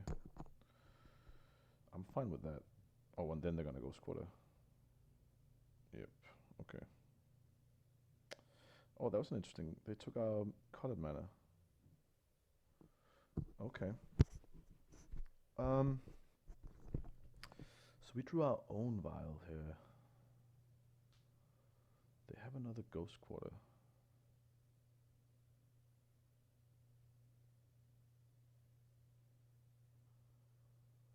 So what do we want to do? Let's just play this Displacer, force them to...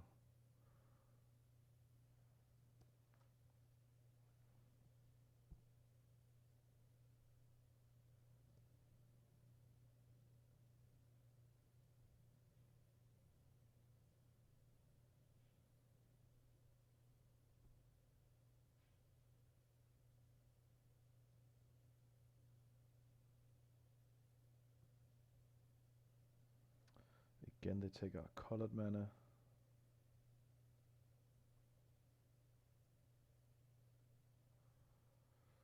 Okay, so now we just get to play The thought notes here.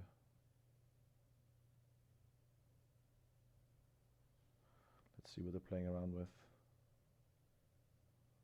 They're gonna vial something in. This little relic water is pretty much just dead now. So is this Gideon. They take the flicker wisp. Okay.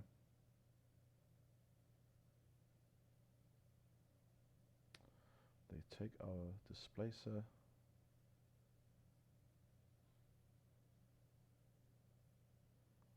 And have 2 blaze splices. Okie dokes.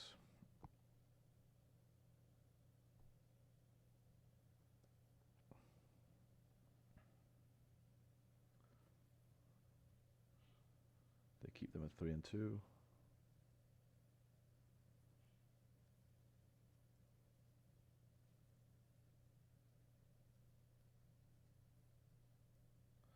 I mean, now a ghost quarter for us would be really good. We did not draw a ghost quarter. So we don't want to attack.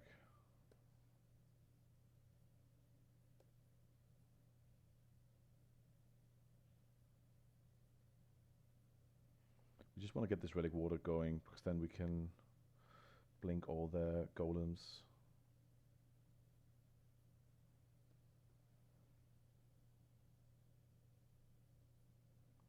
Drew another land. They attack with the wisp. Wisp is fine. We do want some colored mana. That is not colored mana.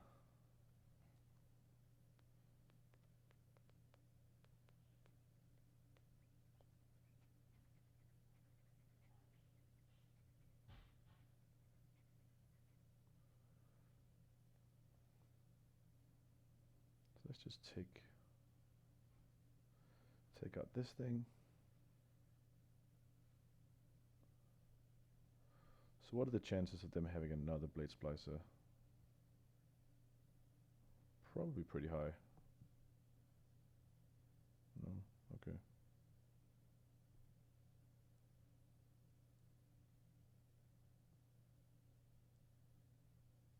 What do they have? Bremas? Jesus. Okay.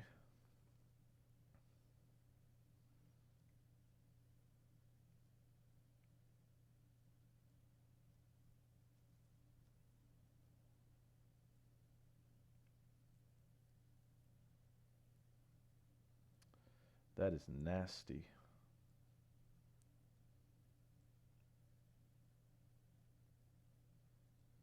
Now we need something good. Yeah, that helps.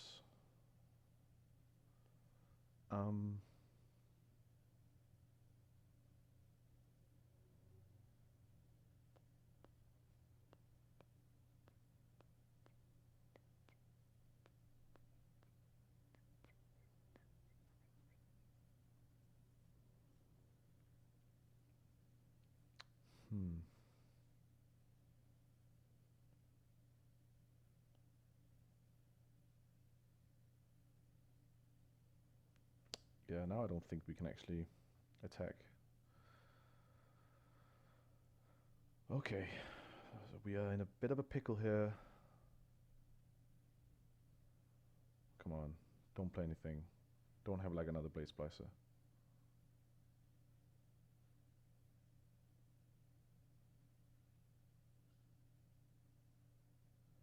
Thank God.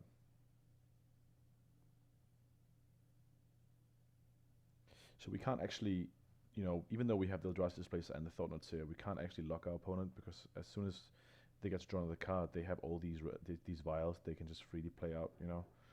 So yeah, that's a bit of a problem for us. So they just attack with that.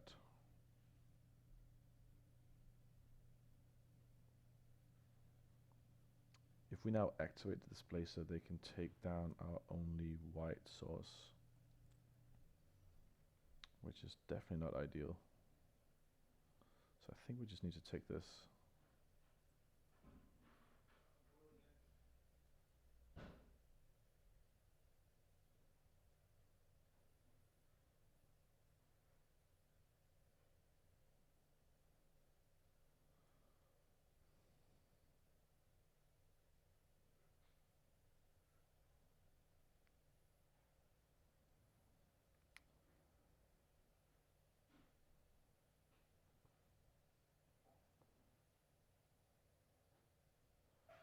Let's take that big vial out.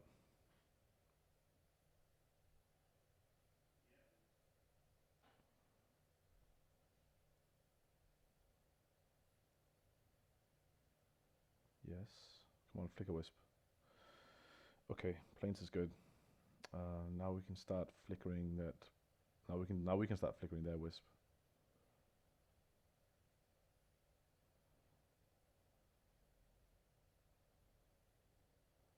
And then we can start playing out Blade Splicers as well.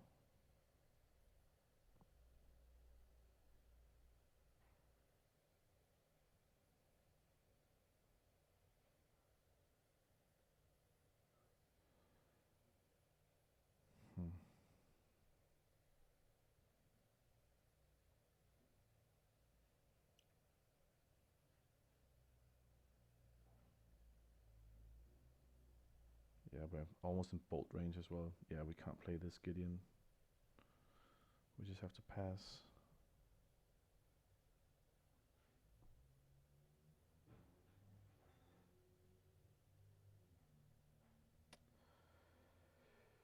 Um,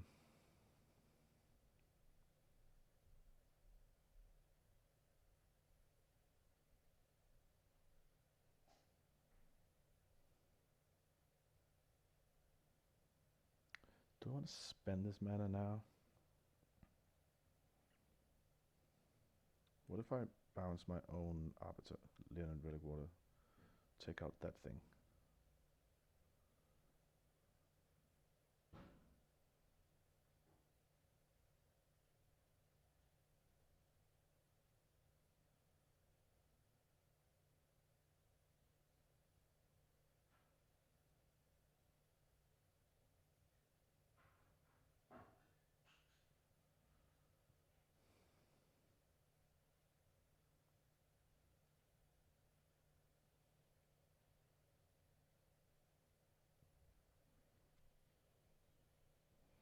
Okay.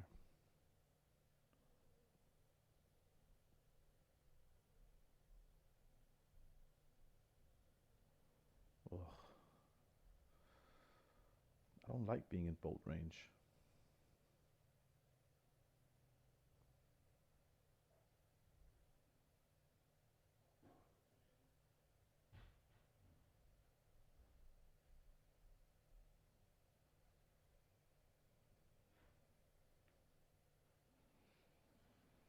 This is getting really scary, this game. But, yeah. That's fine. That comes in under. We get our own Blade Splicers.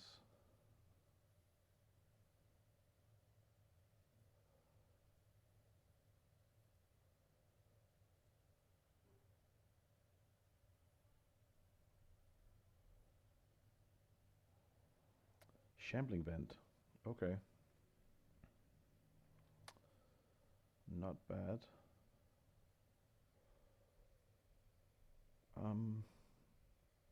Again, I don't think we can attack.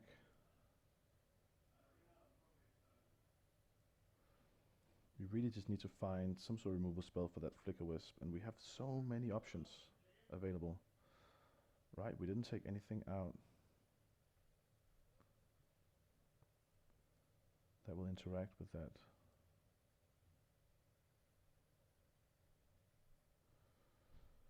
Yeah, again.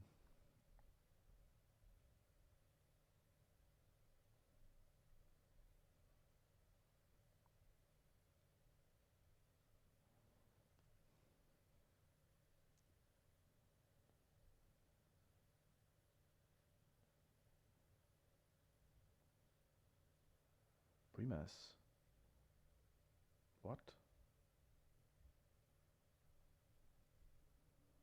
Oh, is this a wrath?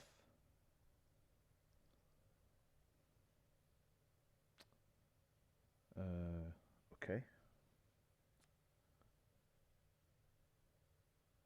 So he's going to be left with the Primas, and we're going to be left with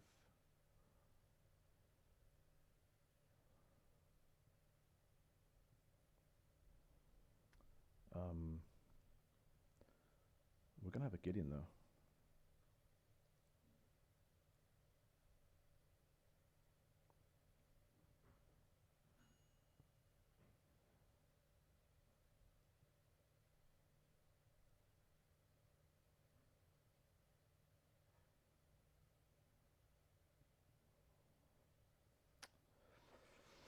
So there's the persecution. A little bit too late, but better late than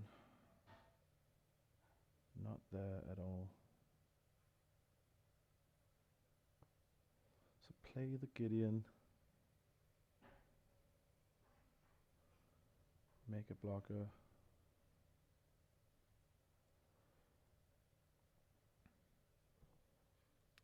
Pass the turn. Oh, really? You got a 3-drop? You got a Flicker Wisp? You got a Blade Splice as well? Jesus. Okay. I need to set up this Sailor's Persecution then. God, this is nerve-wracking.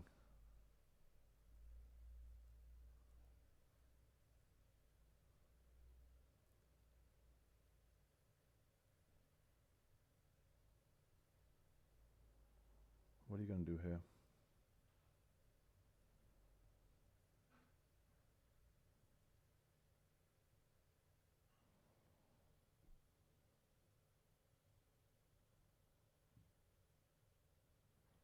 The thing is, if I have anything out of this vial, that's going to be a complete blowout. So I'm going to attack like this. Who are they attacking? Me, and me. They're all attacking me.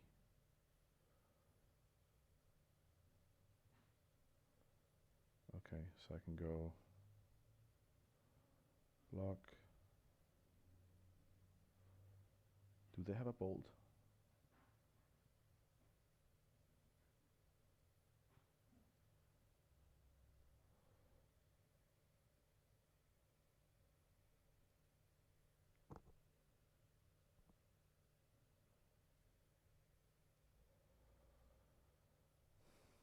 Okay, we don't have that much time left, but I think we are doing okay here.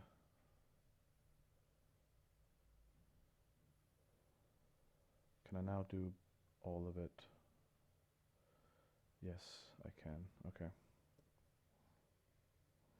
So unless our opponent has like a Flicker Wisp now or something, a Flicker Wisp would even be okay, I think.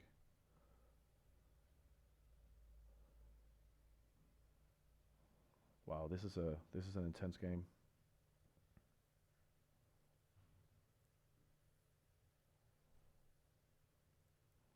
Tech Edge, okay.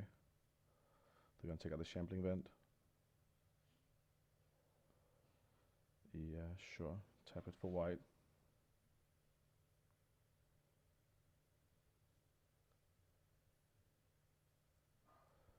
Yeah, doesn't matter.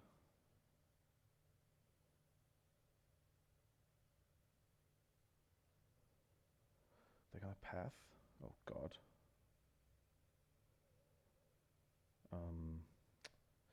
Yep. Can't do anything about that. Get my last basic out. They're gonna go for attack. Okay. They're not gonna like this Sailor's Persecution, that's for sure. So block here. Wow. Gotcha.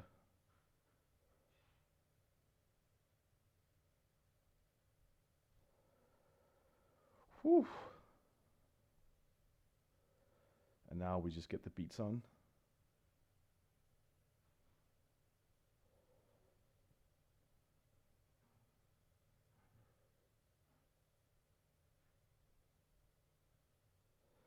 because we don't have that much time left to play around here. So next turn we have lethal.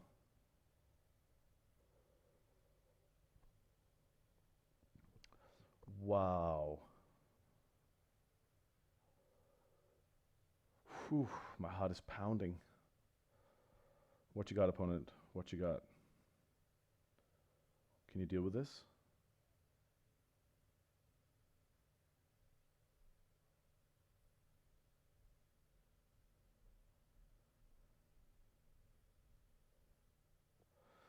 Okay, so they got a bolt. They got out of lethal.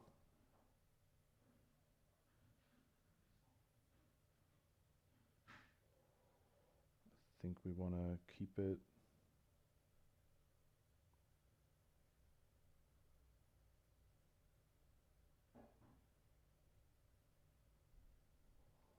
We even have a path now.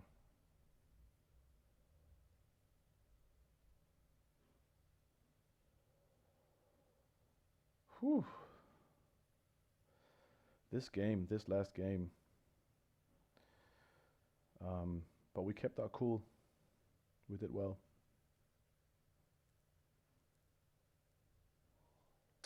All right, opponent. What do you have?